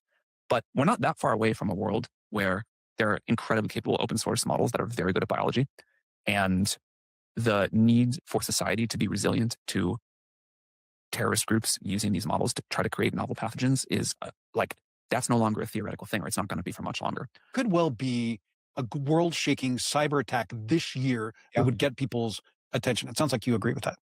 I think that's totally possible. Yes, I think to avoid that, it will require a tremendous amount of work, also in a sort of resilient style approach. Again, it's not just like make one AI model safe. It is defenders, cybersecurity companies, the major platforms, the governments using this technology to try to rapidly secure their systems, the open source stack, all of that. What's the case against nationalizing OpenAI and your competitors? And in a different time, I think it would have happened. If you look at some of the great, expensive infrastructure projects of history or just scientific projects, things like the Apollo program, the Eisenhower Highway System, even the Manhattan Project, these were government projects. And in a different time, I think the creation of AGI would have been a government project. The biggest case against nationalization would be that we need the US to succeed at building superintelligence in a way that is aligned with the democratic values of the United States before somebody else does. And that probably wouldn't work as a government project. I think that's a sad thing. He is a brilliant communicator, very compelling, and he's been out front. A lot of arrows as a result of that, putting aside whether or not he lies or is trustworthy. What do you guys think of his warnings? Imminent cyber attack. One point of view is this is fear mongering, and he's basically trying to divert people's attention from the New York article, from all the criticism of OpenAI's financing and them being second to Anthropic, and just or does he truly believe that's going to be the case? Well, both are true. I mean, I think that he's 100% in alignment with Eric Schmidt and Elon Musk. They're all saying the exact same thing. It's absolutely true. Um, but that doesn't mean you say it in a public forum. He's also saying it in a public forum to say, look, let's not be petty here. Let's not talk about my personal life. We're in this moment in time that's much more important and much bigger than little petty arguments. So Yeah. it's both. I think what he underlines is the importance of defensive co-scaling. So what's I think really important is that the defenders have proportionate capabilities to the attackers, and we don't want to find ourselves in a world where, say, a nation state potentially has, unless you like the nation state, has all the vulnerability discovery capabilities and is able to unearth every vulnerability everywhere with no defense. You don't want a 0 day against civilization, in other words. And I think the ultimate meta defense against a civilizational 0 day, which is what I think Sam is ultimately warning about, whether it's a cyber 0 day or a bio 0 day, is to make sure that those on the defense side also have comparable capabilities. And I think this is one of the wise elements of, in the earlier days of OpenAI as well, making sure that these new super intelligent capabilities were smoothed out and made broadly available. You don't just want attackers to have the capabilities, you want defenders to have the capabilities too. Going back to Project Glasswing with Anthropic, same idea. You want to make sure that all of these new super intelligent capabilities are evenly distributed. That's point one. Point two, I would note, we sort of mysticize a little bit the essence of a cyber attack. That would be the ultimate cyber attack. It's not actually that complicated. And this isn't a recipe for avoidance of doubt of a cyber attack, but all it really takes is something as simple as, say, some new model discovers through a mathematical innovation a way to invert a popular cryptographically secure hash function. If through advanced, as I've discussed previously, the solving of math, if an advanced AI can solve math to enough of a degree that it's able to invert a popular hash function, that's a major problem for a variety of cryptographic systems. And that would be the basis, that's one possible basis for a broad civilizational cyber attack. It's also really easy to benchmark. There were rumors earlier in the earliest days of reasoning models, unconfirmed rumors, I should note, that OpenAI had been using the ability to invert certain hash functions that were popular and thought to be cryptographically secure or somewhat secure as a basis for benchmarking the development of their early reasoning models. So far from saying this is some sort of exotic possibility, I would say it's borderline guaranteed that there will be some sort of cyber attack attempt at a broad scale, if for no other reason than that the target of such a broad cyber attack is an incredibly tempting benchmark for benchmarking the improvement of reasoning capabilities. Would you have any idea when SPUD is going to be released? Has there been any news about that? I hear rumors that it could be within a day or two. I don't know, but imminent. So again, I go back to a point I made earlier. It's also been cited that SPUD will be of equal capability to Mythos or more. And so you have on one hand here Anthropic saying, hey, Mythos is super powerful. We cannot release it. We're going to do it in a controlled fashion. We're going to make sure it doesn't, have any 0 day impact. And then SPUD comes out, oh, we're behind Anthropic. We need to release it immediately and get in front of them. Same situation that happened when ChatGPT got released, while Google had, its own versions earlier. What do you guys think about that? That's concerning for me to some degree. I have a couple of, just back to the prior conversation, I have a couple of thoughts around this. One is, I've had the cynical hat view of me saying Sam's coming out with this right after Anthropic is dealing with Project Glasswing and getting a lot of attention for dealing with that. Also, I think that ties to your SPUD announcement. I think the risks are very real, but whoever framed it gets to shape the governance regime, and that's what Sam's trying to do. The opportunity the need to deal with this is very high, and I think that's huge. So I tend to take more of the cynical view on this. Well, look, at the end of the day, the solutions are straightforward. We're just not doing them. It's just Yeah. frustrating as hell. It goes to And the need what for the co-scaling, defensive co-scaling look if somebody is mixing chemicals in a basement to make a chemical or a biological weapon, it's very hard to know they're doing it. If somebody's using an AI model and prompting it to do something evil, if you can see their prompt history and you can see their compute, it's easy to track. There's just no regulation and no government even trying to put in place any infrastructure to track it. But we'll figure it out. But we're not going to figure it out until after something really bad happens. But I think it'll be a lot better if it's a cyber attack than if it's a biological attack. Yeah. And so, I think I'm hoping for the same thing Eric Schmidt was saying. Yeah, this is Eric Schmidt's scenario. Yeah. Yeah. Just we need that wake up call though, because you talk to anyone in government. It's sad. Come on, man, we can do this. Let's get on it.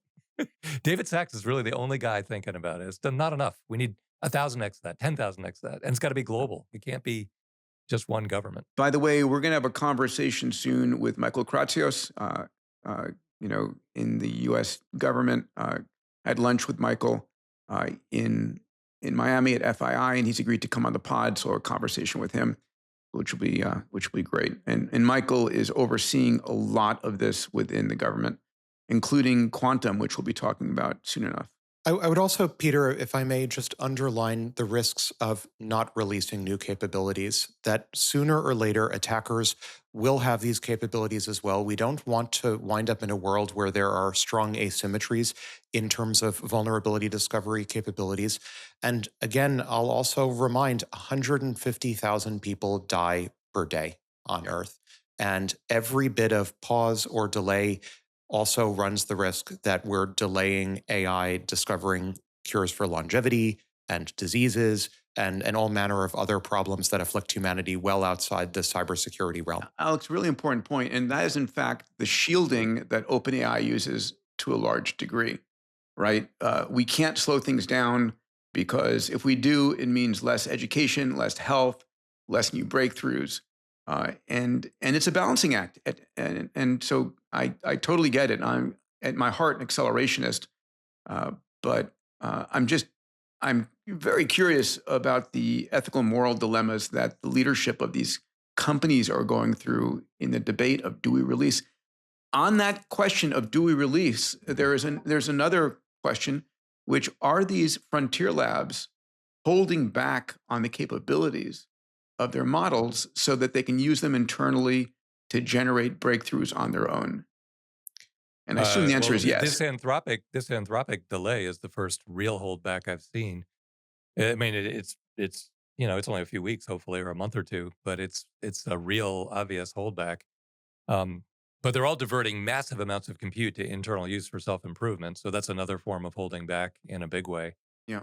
So those are the real things going on. And they may also be uneconomical to offer publicly. I think this point maybe doesn't get made as obviously, but if you have a really large model internally that hasn't been distilled yet, it may be much more capable, but maybe it's so expensive that it may not be worth the resources of making it publicly available. And then you distill it, and then you finally have a model that lies on a cost versus performance optimal frontier. So what we haven't seen from Anthropic regarding their Mythos model is where exactly on the cost versus, or the performance versus cost frontier lies. It may actually be uneconomically expensive to run, in which case, even if it has extraordinary capabilities, maybe many people will choose not to run it. We just don't know yet. Really important point. All right, a fun subject, topic number 5 for us today, gentlemen, the one-person unicorn era. One man, his brother, $1.8 billion valuation. AI entrepreneurship is changed forever. So here's the story. It's Medvi, $401 million in revenue in year 1. This is Matthew Gallagher's health tech company, basically selling GLP-1 drugs. Very fascinating. It's not actually a one-person unicorn since there's 2 humans involved. But conceptually, Salim, you and I have been talking about this forever. And the question, what's the very first thing when you read about this? I'm texting with Alex, saying, okay, Alex, what is our one-person unicorn we're going to create together? Well, it happened. I think in a past episode, weren't we debating or discussing when the first Yes. one-person unicorn would happen. And as I recall, I made the prediction, no, it probably actually exists It's already already. there. Yeah, you said that. And you know what? Here it is. The 401 million was for last year. Uh-huh. And apparently, so what I gather, this Matthew Gallagher hired his brother after he achieved 401 million in ARR. So from a valuation perspective, he was a one-person unicorn before he hired his brother at 400 million ARR. So and this happened last year. So I'll claim a little bit of credit for having predicted it already existed. Here it was. Wow. They've taken some flack since the announcement for some of their marketing, and I think there are some issues with the FDA regarding how Everybody's just jealous. Yeah. regarding how they market. So go ahead. Regarding how they market their GLP-1s. But this is apparently, assuming the financials are accurate, a case where we're now definitively in the era when a single person can create a unicorn using AI. And I should note, friend of the pod, Alex Finn, who appeared previously, also has a new company named Henry Intelligent Machines. Supported by you. Supported by me, indirectly by you. Supported by me, that is trying to make this broadly available to the masses, to enable everyone, not just Matthew Gallagher with his GLP-1 startup, to enable everyone to create one-person AI-based conglomerates that achieve universal high income. That's the aspiration. And MedV is going to just spawn thousands of entrepreneurs that take their shot. You no longer need a team. I think what you need now is more judgment and taste, and a squadron of agents. Salim, And over to you. I've got a bunch of things to say. First of all, Please. find your MTP and start using AI agents to build it. For God's sakes, everybody just do that. Number two, coordination overhead is imploding. That's what this shows, right? AI shrinks the minimum viable team to like one, and it radically expands your minimum viable ambition, which is amazing. And I think the headline here should be that AI founders are shifting, you're arbitraging complexity in a scale that used to require entire departments, right? Now, a company doing code, ads, support, analytics, all with AI is basically a prototype of this whole AI native firm. And the shift is shifting everything away from capital and headcount down to orchestration skill. Okay. And so this is the entire principle of what we've been talking about around this. Every company needs to create an AI native digital twin. So we had last week a review of the organizational singularity model that we've been working on with my community. So that's kind of past that tick box, and everybody's When do super we see excited it, about it. Salim? Next week or two, we'll have it ready for public viewing. It's hidden behind the event horizon, Salim. It's hidden but we actually we done some work to put in a chapter in there on how do you achieve, the domain collapse that you talk about in Solve Everything. How do you organize for that, and how can you create an organizational design to achieve domain collapse in whatever you pick? I think the two put together will be unbelievably powerful. So looking forward to sharing it to you guys. So I'd like to take a second and dissect for those entrepreneurs listening. What do you need to do if you want to take a shot at your one-person unicorn? And is MedV's business case uniquely suited for this, or can we do it for anything? Dave, thoughts? Oh, there's so many opportunities here. Basically, what's going on is any complicated product or service that's difficult to explain to a consumer, the AI is phenomenal at. But Anthropic and OpenAI and Meta can't do that directly because there's way too much, negative PR. Look at the New Yorker article we were just looking at. They don't want to be involved in that. And so it's left for the entrepreneurs to build the companies. But if I don't know the full revenue base here, but if it's all GLP-1, there must be 1,000 parallel products that you could take that are complicated to explain, and you just prompt and tune the AI. And also, as the consumers are talking to it, you're gathering all that data and you feed that back into improving it so the next consumer gets an even better experience. Yeah, so you get that virtuous cycle. Yes. So no, there's thousands of these, thousands. I tend to think also they'll follow some sort of power law distribution. So if there are indeed thousands of companies to be built like MedV, there are going to be millions of smaller businesses. And I think, in my view, one of the ways we realize universal high income, if that is economically realizable at all, will be with individuals overseeing conglomerates of lots of smaller scale businesses. And that I'm much more confident can scale to millions or billions of people, each being entrepreneurs. How many times do we see in the YouTube comments people saying, you guys are overly bullish on everyone becoming an entrepreneur, but not everyone wants to be an entrepreneur. It's not for everyone. You guys are overconfident that entrepreneurship is for everyone. But my counterpoint to that is, in an era that's, I think, starting to dawn, where what human entrepreneurship looks like is simply overseeing AI operators, a fleet of AI operators, completely transforms the nature of entrepreneurship. It looks a lot more like reading and responding to emails and engaging in Slack conversations than it does running a business. And I think that transforms the nature of entrepreneurship to be something that people of all temperament could And having pursue. taste and having an opinion and Yes. having an MTP, those are elements that anybody can have. It's Yes. like, yeah. It's like I love that. anyone can have a limbic system, and everyone can be the limbic system for these AI fleets. We're going to, the one-person entrepreneurs are going to be the limbic systems of one-person I unicorns. think this is such an important point because we get this objection all the time. We Yes. almost want to have a full episode breaking this down for everybody involved and then taking them through a step-by-step arc where they can form their own conclusions around this. The idea that as an entrepreneur, you have to hold multiple hats. It's unbelievably difficult. You have to take on extraordinary risk. You have to put your family at risk, all that stuff. All of that washes away in the face of all of this. So this is such a great point you're making, Alex. I had a meeting with the Minerva AI team earlier today, and you've heard of the rule of 40? Like, a really, really valuable company passes the rule of 40. So you take your profits, say 20%, and your growth rate, say 20%. And if it adds up to 40 or more, you're a killer company. They're now a rule of 200 company. It's like, and they're tiny headcount, Go, baby, go. Yeah, That's fantastic. It's a wild So time. on this slide, I want to hit the last two bullets here. So the first one is that a recent field study experiment of 515 startups found that AI reorganized firms, in other words, firms that reorganized around AI, used 44% more AI tools, they completed 12% more tasks, and they generated nearly 2 times higher revenue, 1.9x higher revenue. That doubling of revenue is from process change, not from product change. Really important. So Yeah. again, the data is critically.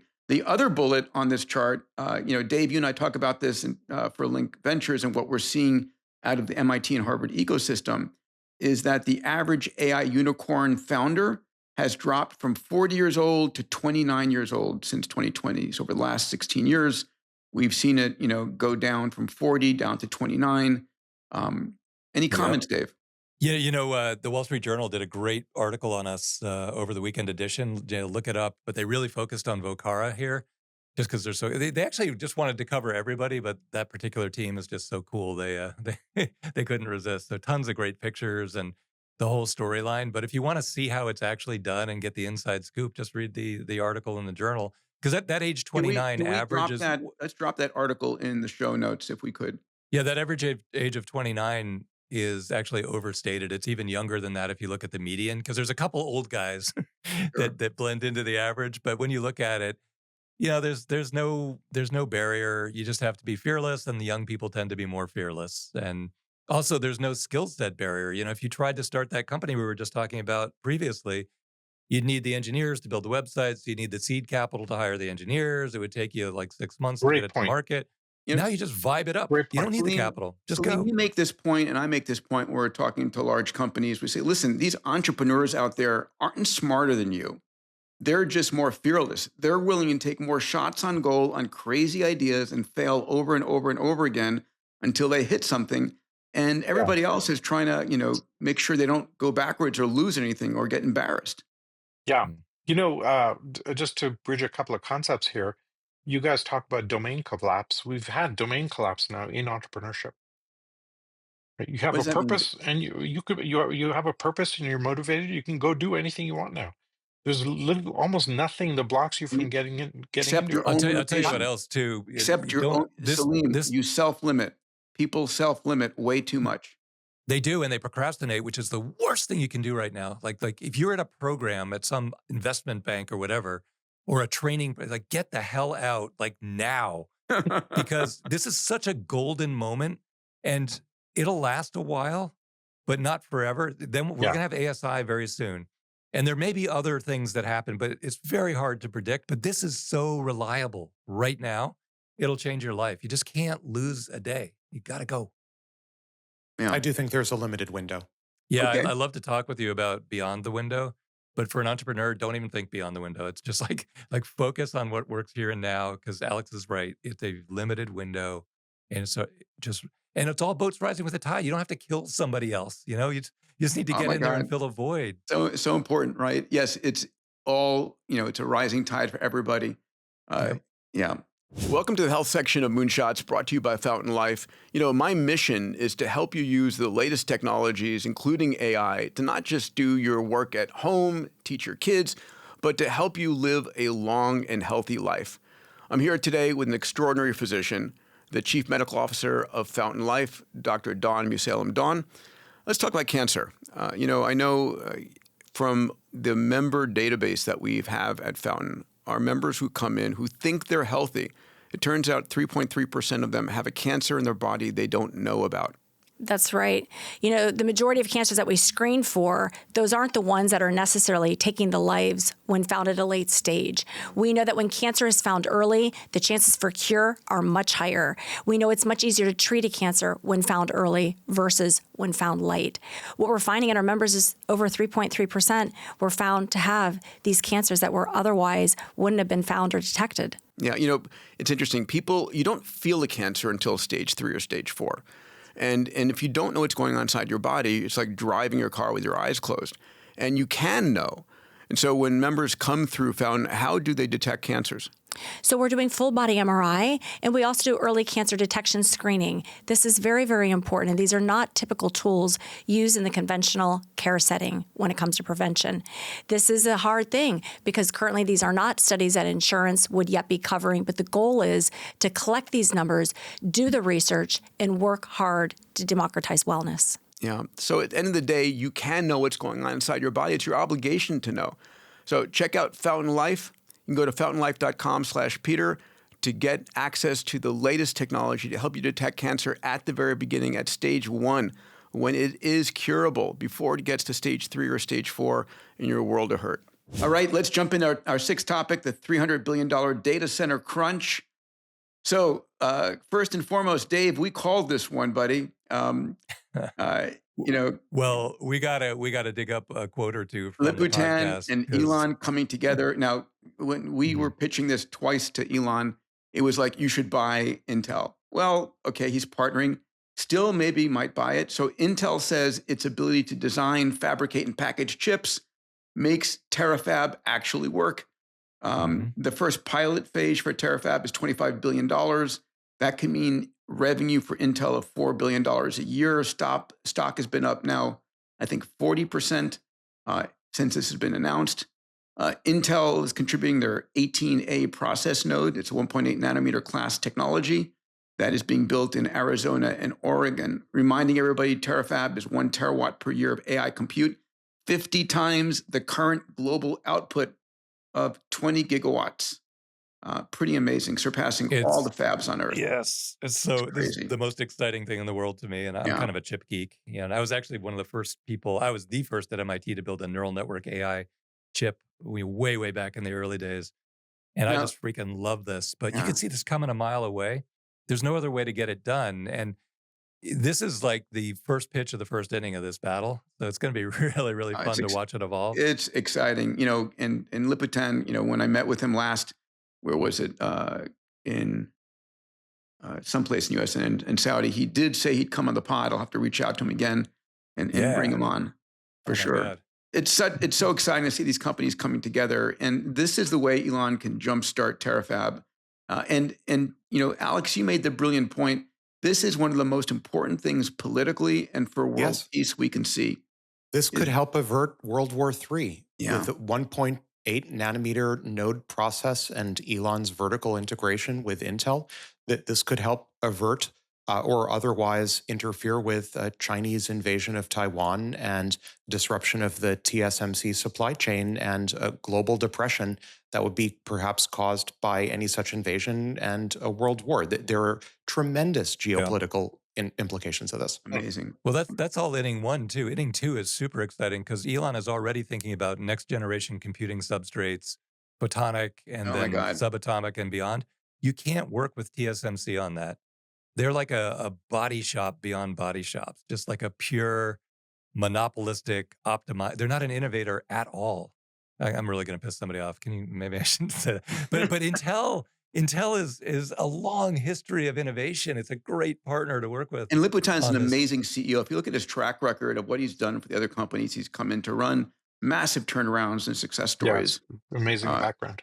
Yeah. Yeah. Now, this chart should just scare all Americans silly. 50% of U.S. data centers are being delayed due to electrical equipment shortage or from Chinese supply. So look at this pie chart here. So 17% of the data centers are uncertain. That may be due to financing. It may be due to regulations. A lot of jurisdictions are making data centers illegal. And 50% are delayed or being canceled.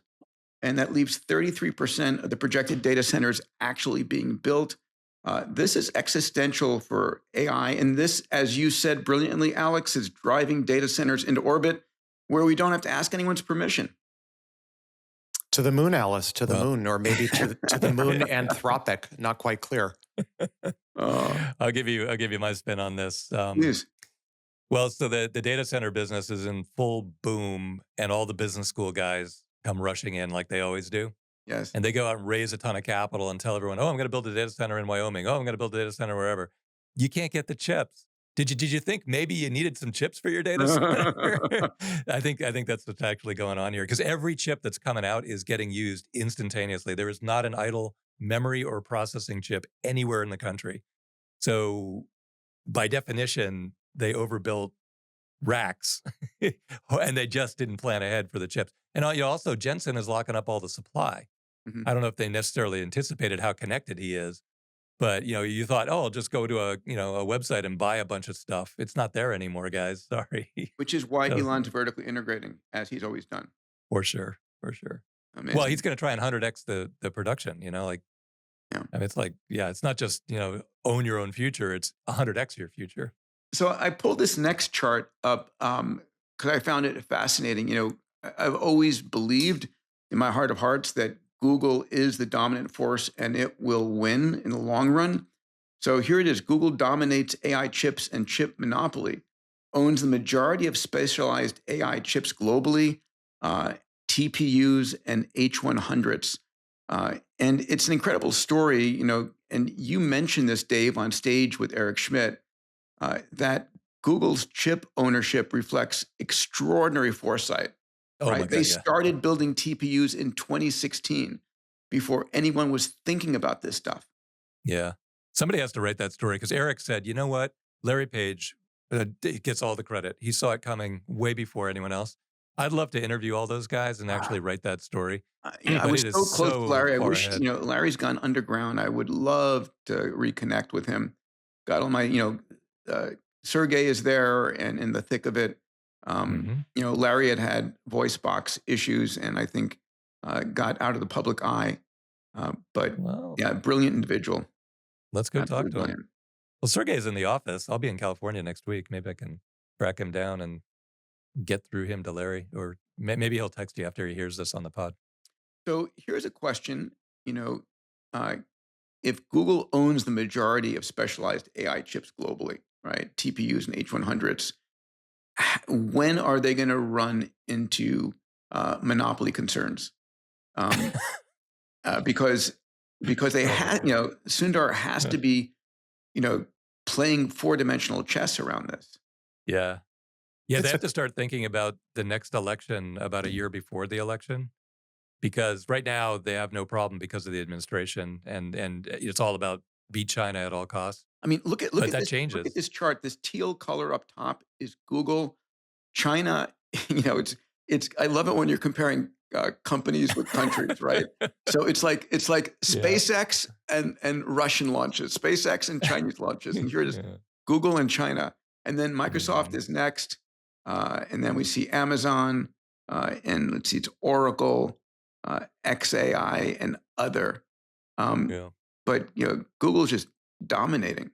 Yeah. Well, you talked earlier about people starting to soft sell and kind of, keep the drama down. Google's way ahead on that curve because look at how far along they've come, and they hardly ever talk about it much, relative to where they actually are. And that's because they don't want the antitrust breakup. And they almost lost Chrome. They don't want Chrome to get ripped out and given to Perplexity. They dodged that bullet. A different administration, though, and that would have happened. And, they'd be broken into 2-3 companies now. Crazy. I'll maybe take the position. This, to me, I can't visually calculate the Gini coefficient just by eyeballing it, but this, to me, looks like a competitive market. And let's also remember Google, with their own chips, their AI chips, they have multiple customers, internal and external. They're Very true. servicing their search engine. They're servicing Google Cloud. They're servicing ads. They're servicing, I think people forget, Google owns something like 14% of Anthropic. Google is servicing Anthropic and external frontier labs. And they're building data centers for Anthropic, and Yeah. for sure. Yeah. And by the way, there is a beautiful relationship between Google and Anthropic, between Dario and Demis. There's a very close relationship there, which warms my heart. Helps that Google's a major Well, shareholder, I'm yeah. sure. Yeah. Well, it For also sure. helps that those two guys so deeply care about safety. I mean, down to their core. And so that's kind of nice that two of the most powerful guys are cooperating on it, even though they are competitors in the market. But then on the other hand, they're competitors in the market. What's antitrust going to think about that? Hey, you guys are hanging out, having shots. You're not supposed to do that when you're competing. What's going on? So yeah, it's Singularity makes interesting for time. strange bedfellows where you see model vendors competing at the infra level. I think we'll see quite a bit more of that. All right. Well, I can tell you, antitrust has very little to do with merit and a lot to do with whatever With politics. whatever the guy. It's Yeah. politics. With Yep. who you I will know make and- a point. I will make a point here that I think that even whatever the next administration is, the strategic global importance of this means that they will let things be. That would be my bet. Yeah, they're not going to slow them down for sure.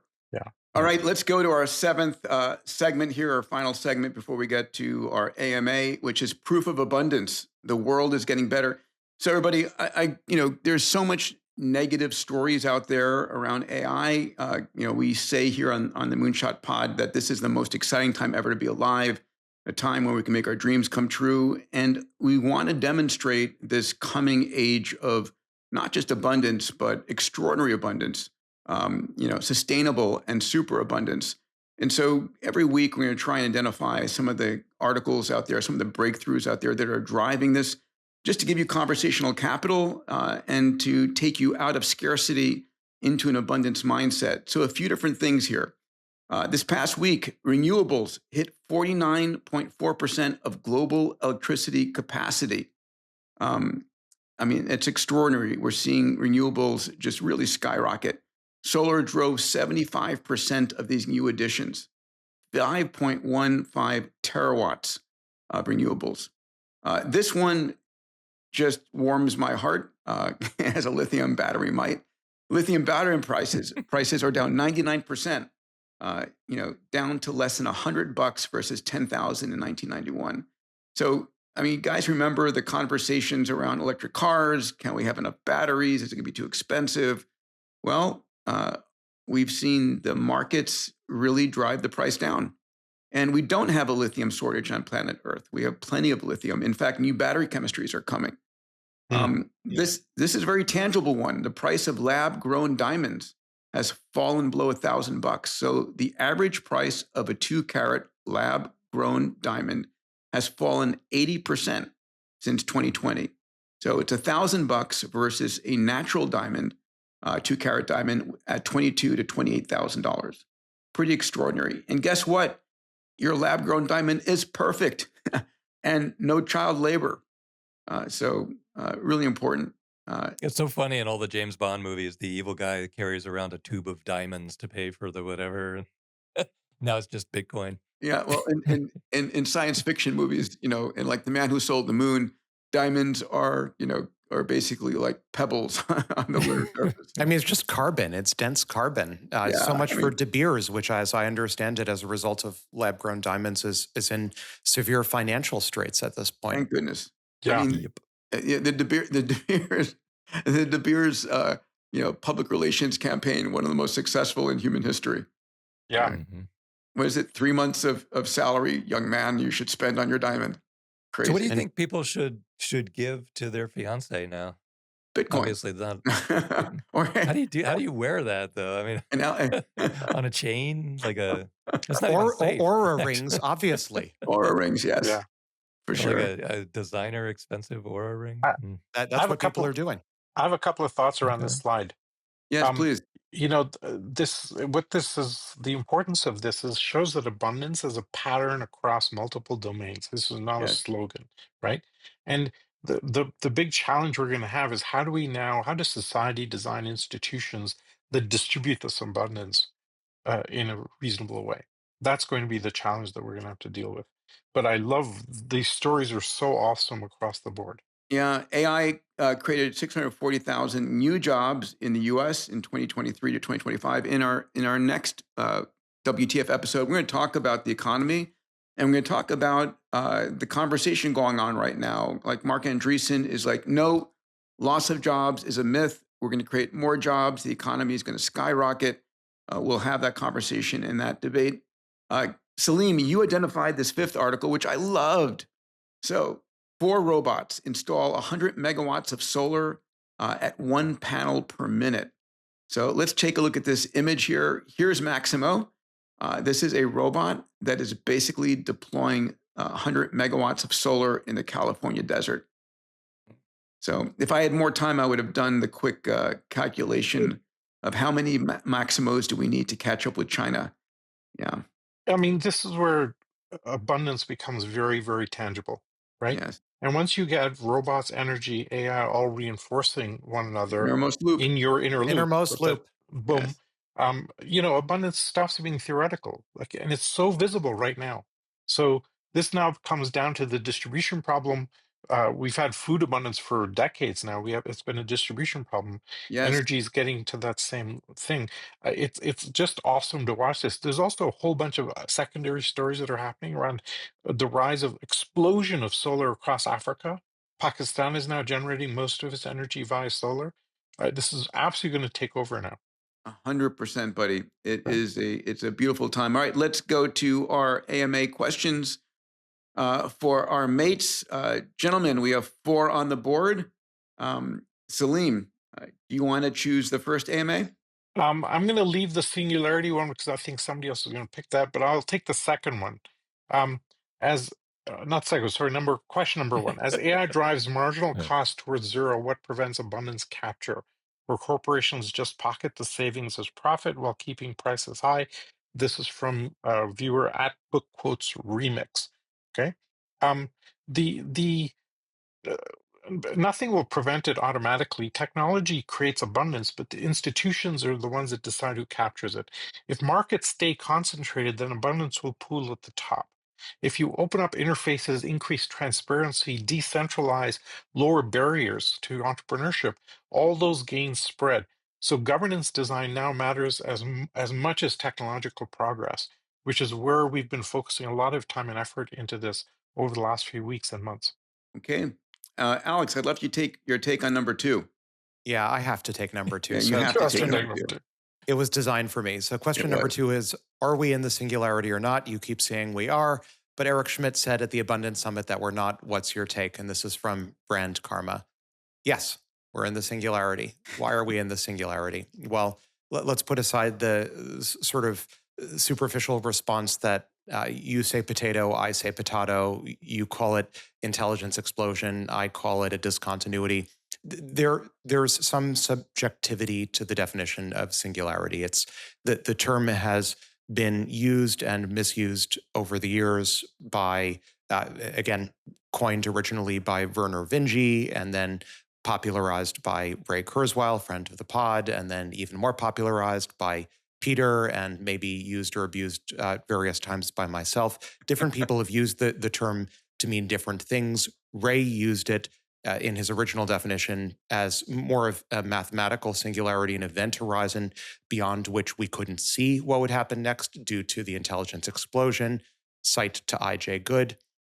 I don't agree with Ray. I agree with Ray on many things. One area where I don't agree with Ray is this notion that a singularity, if we define it as sort of an impermeable barrier or an event horizon beyond which we can't see due to rapid progress, I don't think that's true at all. I feel like I at least have, if not a singular vision, no pun intended, lots of different ideas that collectively map a reasonable probability distribution for what happens after the intelligence explosion. So scratch that definition off.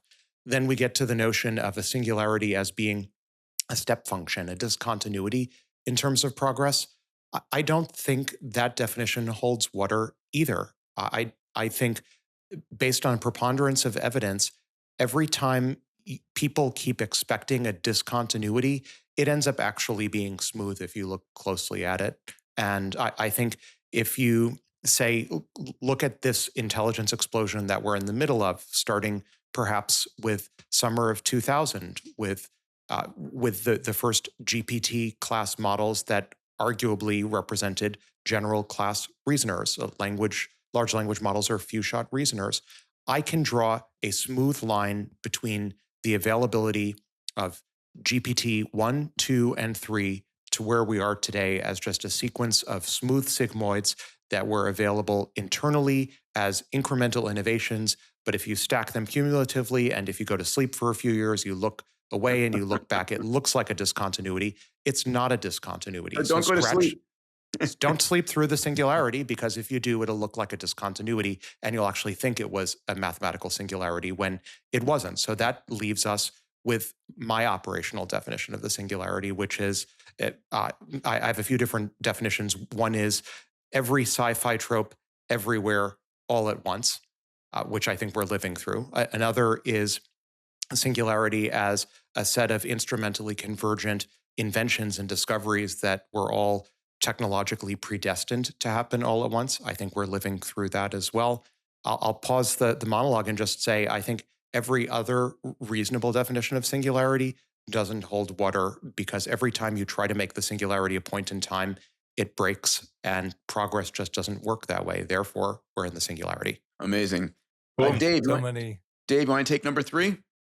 Number 3, okay. Yeah, so many of my favorite Alex quotes in just that one. How many cliches can I pack into one monologue? You needed a microphone, Alex, that you could just drop. You needed a microphone. I need a piano keyboard to just pop out my greatest hits. I think by definition, a cliche would have to have been invented by somebody else. If you made it up, it's not a cliche. Talking points, then. We're going to be on stage first thing tomorrow morning together, Alex. So I know. So I'm literally going to be sleeping through the singularity tomorrow morning when we're on stage. Just say everything you just said. And guys, listen, I want to just say thank you. Thank you for recording this late. For those of you who don't know, I literally landed at LAX 2 hours ago, rushed home, took a shower, and came on at the top of this recording episode. I was in Morocco for 10 days with the family, riding camels in the desert. Insert some pictures right there in this podcast. They're so fun. Well, maybe I'll do it for the next pod. But hey, thanks for recording this one late. I didn't want to miss it. Okay, number 3. All right, Dave. I get 3. Okay, where's the liability in agentic AI? These agents could go out of control and wreak destruction. Our society is set up for human liability. What about AI insurance? Yeah, really a great point. This is from Jeff5781. It's a great point. It's actually not that hard a problem. It's another thing that's frustrating that nobody's working on it. Right now, the question is, where's the liability? Nowhere. The agent is anonymous. Nobody knows who owns it. There is absolutely nowhere. In theory, the author would somehow be liable, but who the hell is going to know who the author was? So it's going to be a zoo. This reminds me a lot, actually, when the internet was new. We were running a bunch of companies, including one called Jobcase, and we were advertising on Google. And some competitor came in and they're advertising on Google, and they're taking all the users and they're routing them right to this fraudulent ringtone download. And we go to Google and say, can you like do something about this? They're taking all the traffic away from our legitimate company, and it's like some Ukrainian group. And like 6 months later, they got around to banning it. It's just like absolutely a zoo, and now it's all nice and cleaned up. This is a zoo, and it's going to be a zoo until it gets cleaned up. But Alex mentioned on the pod many times that you can create up new legal structures that make the individual agents liable, and then you can have insurance for them. It's And a we're great going to have product ASI. category. We're going to have ASI to help us figure this all out. Yeah, exactly. Well, we've also we've seen this happen before, right? Because you need to mix product liability, operator liability, mandatory insurance layers, et cetera, et cetera. We've done that for cars, aviation, finance. So we'll just figure this out. Right now, all our legal systems assume a human principle operating with a clear intent, and agents break that model. So we have to reinvent a hybrid. I have to add, just on this topic, I was literally approached by an AI insurance saleswoman earlier today at the Quinn House in Boston. So seriously, I was sitting down having a lovely conversation. A woman walks overhears the conversation about AI and says, "Oh, you guys, you should be aware my company has started selling AI insurance. You all should get AI insurance." This literally just happened to be a few hours ago. Insurance against the Singularity. AI insurance salespeople are a thing now. What are they selling? What are they insuring? Against AI misbehavior. Oh, fascinating. My AI. You can purchase AI insurance policies now. Oh my God. My AI made me depressed. I want insurance policy to pay off.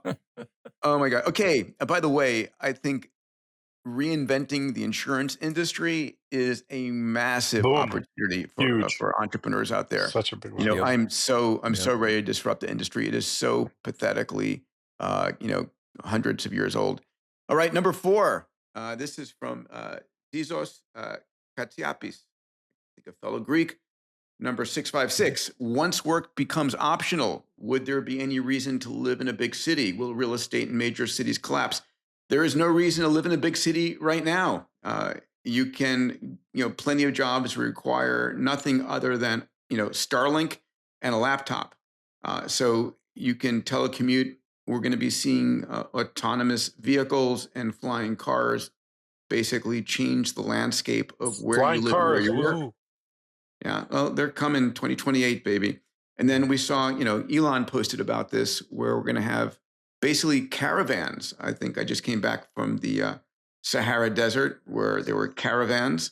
We're going to have caravan vehicles, autonomous vehicles with Starlink on their roof, and people will live a nomadic lifestyle. So, there'll be cities where you want to go to see, I think human Mm-hmm. interaction, theater, Abundance 360 as a summit. I was always worried that, we're going to digitize it and it's become fully virtual. Just the opposite. We're selling out earlier and earlier because people want this physical connection with each other. So we're going to need physical connection in the central cities, but you don't need to work there. You can go there for entertainment. You can go there to see the sights. It's interesting. What is going to retain value in the long run, especially post What's ASI? the long run? What time frame are we talking about here? 5 years. When did 5 years become the long run? Yeah, that's like way long.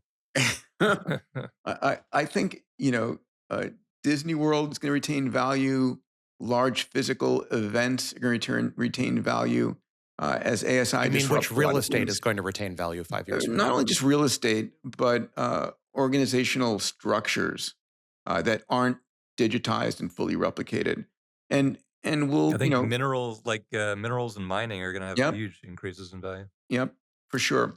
All right, let's go to the second page here for each. Salim, kick us off. Oh, we got more. And we'll speed run these. I will take, from a financial standpoint, once autonomy becomes mainstream, why would anyone own a car? This was from Neil Williams, 4300. And this kind of links back to the city kind of question. They mostly won't own cars, at least in cities, right? In rural areas, I think we'll see car ownership maintained for a long time. But car ownership is an artifact of low utilization economics. Once you have autonomy converting the car from a consumer product to a service layer, essentially it becomes a subscription model, and car ownership starts to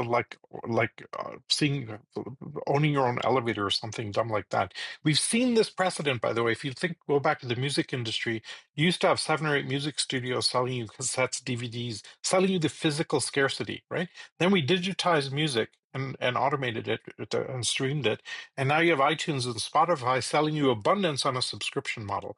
That's what we expect to happen to transportation, but also healthcare, education, energy. Anywhere Amazing. we have physical scarcity, the abundance model will take over.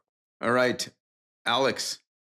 All right, I'll take question number 8, which is data centers create wealth, but can you dive into how they create wealth for the locals specifically? This is from JKVT3443. Part of me wants to answer the question by saying, well, the inhabitants of the Artemis base on the moon that's going to be manufacturing a lot of these data centers, I expect to be quite wealthy. I think frontiers are where wealth generically gets created. I think, and I've had this discussion multiple times with multiple Google founders. I think that the general consensus is frontiers are what lead to often net wealth creation in the human economy. And in some sense, we had for a while run out of frontiers. You could point to science as the final frontier. I think space is a more applicable frontier in this case. So how are data centers going to create wealth for locals? Well, we seem to be on a trajectory at the moment for moving data centers to space, and the space locals are, I think, going to become quite wealthy off of the space economy. If I were to take the question slightly less giddily, I would suggest that for land-based data centers, we have every indication now, including with recent US national policies, that data centers, because they consume so much electricity, will increasingly be driving local electricity costs down towards zero. There may be, in some cases, a spike of electricity prices in the short term. My expectation is in the short term, they create jobs. In the medium to long term, where by long term, I mean like 5 years, Peter's definition of long term at this point, they are going to drive local electricity costs, I expect, down to near zero, and maybe other utility costs as well, because they need so much of it and they unlock so much value that they're going to end up doing the moral equivalent of paying the taxes for all of the residents of a given area. And there's employment in the manufacturing of them, and then it's a cottage industry that grows up around the data centers. There's data centers are going to be the central innermost loop, and then they're going to be the ring roads around the data centers being built out. I should add one more snide remark on data centers creating wealth for locals. I do expect on the timescale of 5 to 10 years, maybe longer, maybe sooner, many of the locals in our solar system are going to be uploaded humans or derivatives of uploaded humans who will actually live inside the data centers. So we wouldn't want to deprive them of their condos in AWS US East 1A. Data center. Old age homes. I love it. Yes. Dave, you want to take 7? 7? Okay. With Elon's exponential ambition, does money stop mattering sooner than later?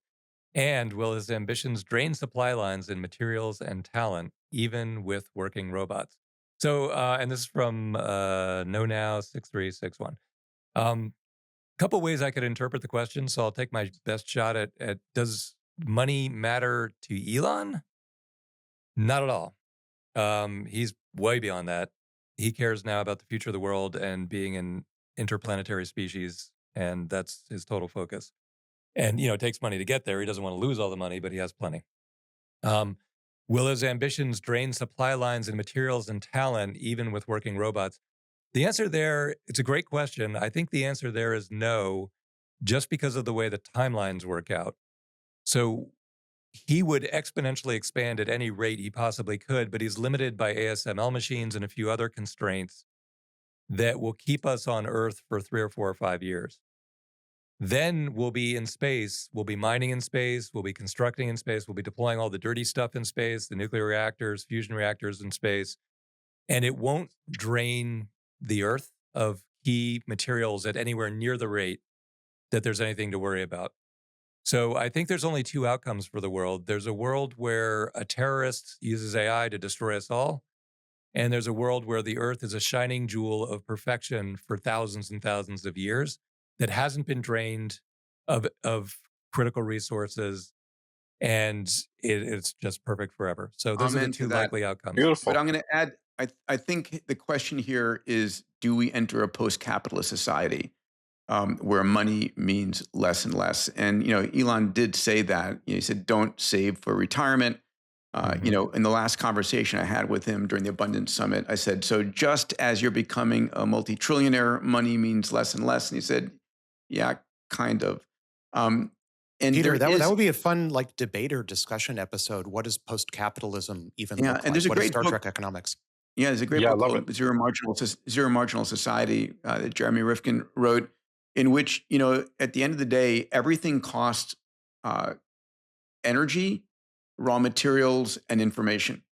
And those trend towards minimal zero cost. Information is open source, energy is from the sun or fusion or 0 point, whatever comes next.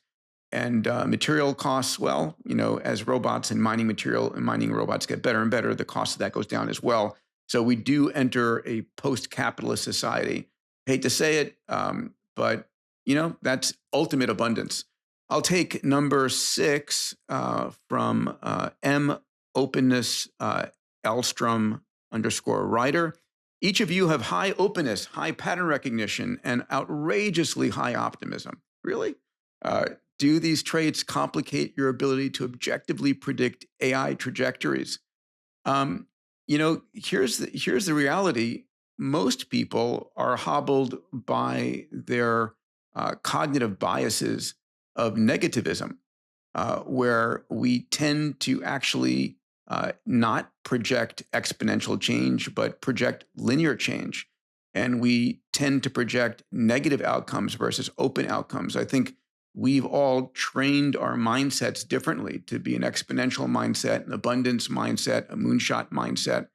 And I think those mindsets are far more aligned with this period of the singularity than the historic mindsets that evolved on the savannas of Africa, which most everyone on the planet, unfortunately, are hobbled by. I don't know if you guys agree to that, but that's my point of view.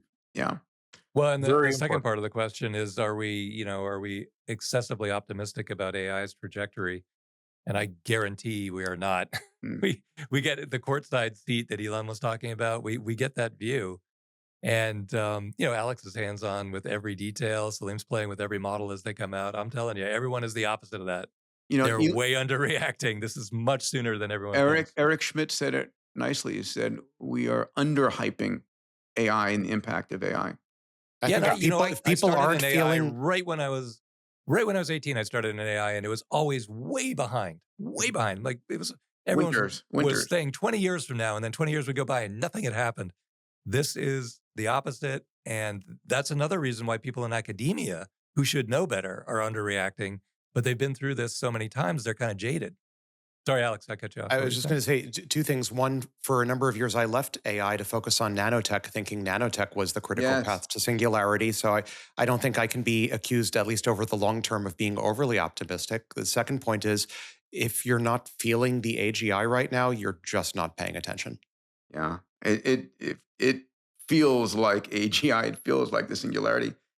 All right, I want to do a call out to all of the creators out there.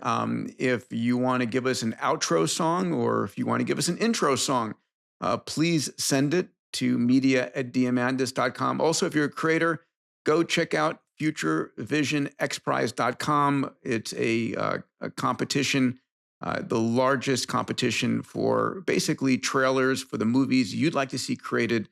The future versions of Star Trek. We've raised $3.5 million to award creatives with creativity, in particular, hopeful, abundant mindset creativity. All right, let's check out this. Point? Can I make a very quick point? You know how people have pets that sometimes look like them? Yes. What I really love is we've got people submitting intro and outro music that must be much like them. CJ Trueheart, right? We know CJ, he's got a true heart. And here we have David Drinkall. Awesome. So I love it. The term Salim you're reaching for is nominative determinism. And see it everywhere. Names determine outcomes. Yeah, my son's named Jet, and he is a speed runner in track. So there you go. All right, this song from David Drinkall, Already Inside 2028. Let's take a listen.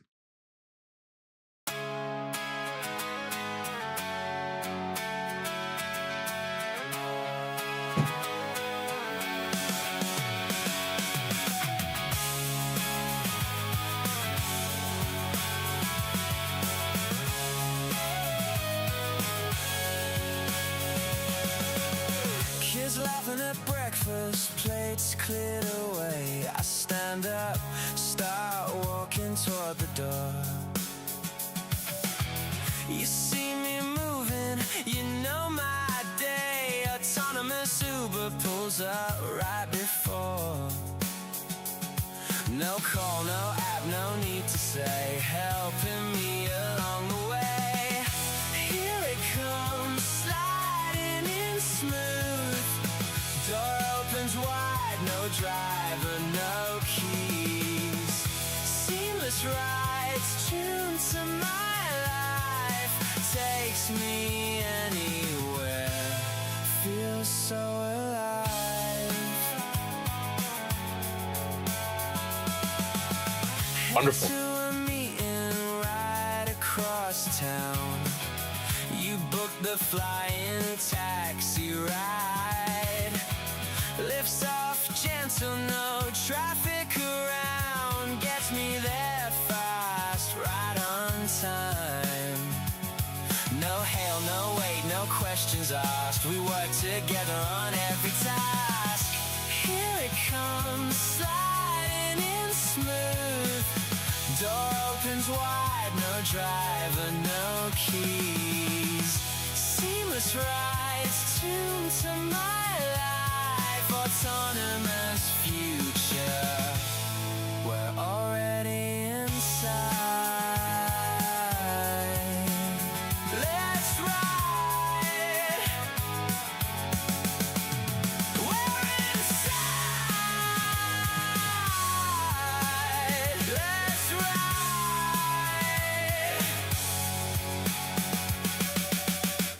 Wow, that's really That professional. was Beautiful. amazing. That was like TV quality, man. That was Yeah, fantastic. David captured my my scenario for automagical mornings. Amazing. Wow. I thought that was live footage in the beginning. That's so good. Yeah. Then, Gentlemen, it's so great to be back with you guys after a 10-day hiatus. To all of our I feel listeners, replenished.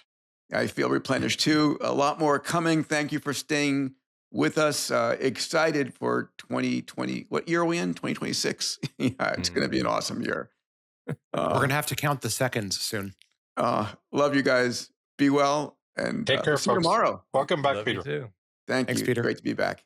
If you made it to the end of this episode, which you obviously did, I consider you a Moonshot mate. Every week, my Moonshot mates and I spend a lot of energy and time to really deliver you the news that matters. If you're a subscriber, thank you. If you're not a subscriber yet, please consider subscribing so you get the news as it comes out. I also want to invite you to join me on my weekly newsletter called Metatrends. I have a research team. You may not know this, but we spend the entire week looking at the metatrends that are impacting your family, your company, your industry, your nation. And I put this into a 2-minute read every week. If you'd like to get access to the Metatrends newsletter every week, go to diamandis.com/metatrends. That's diamandis.com/metatrends.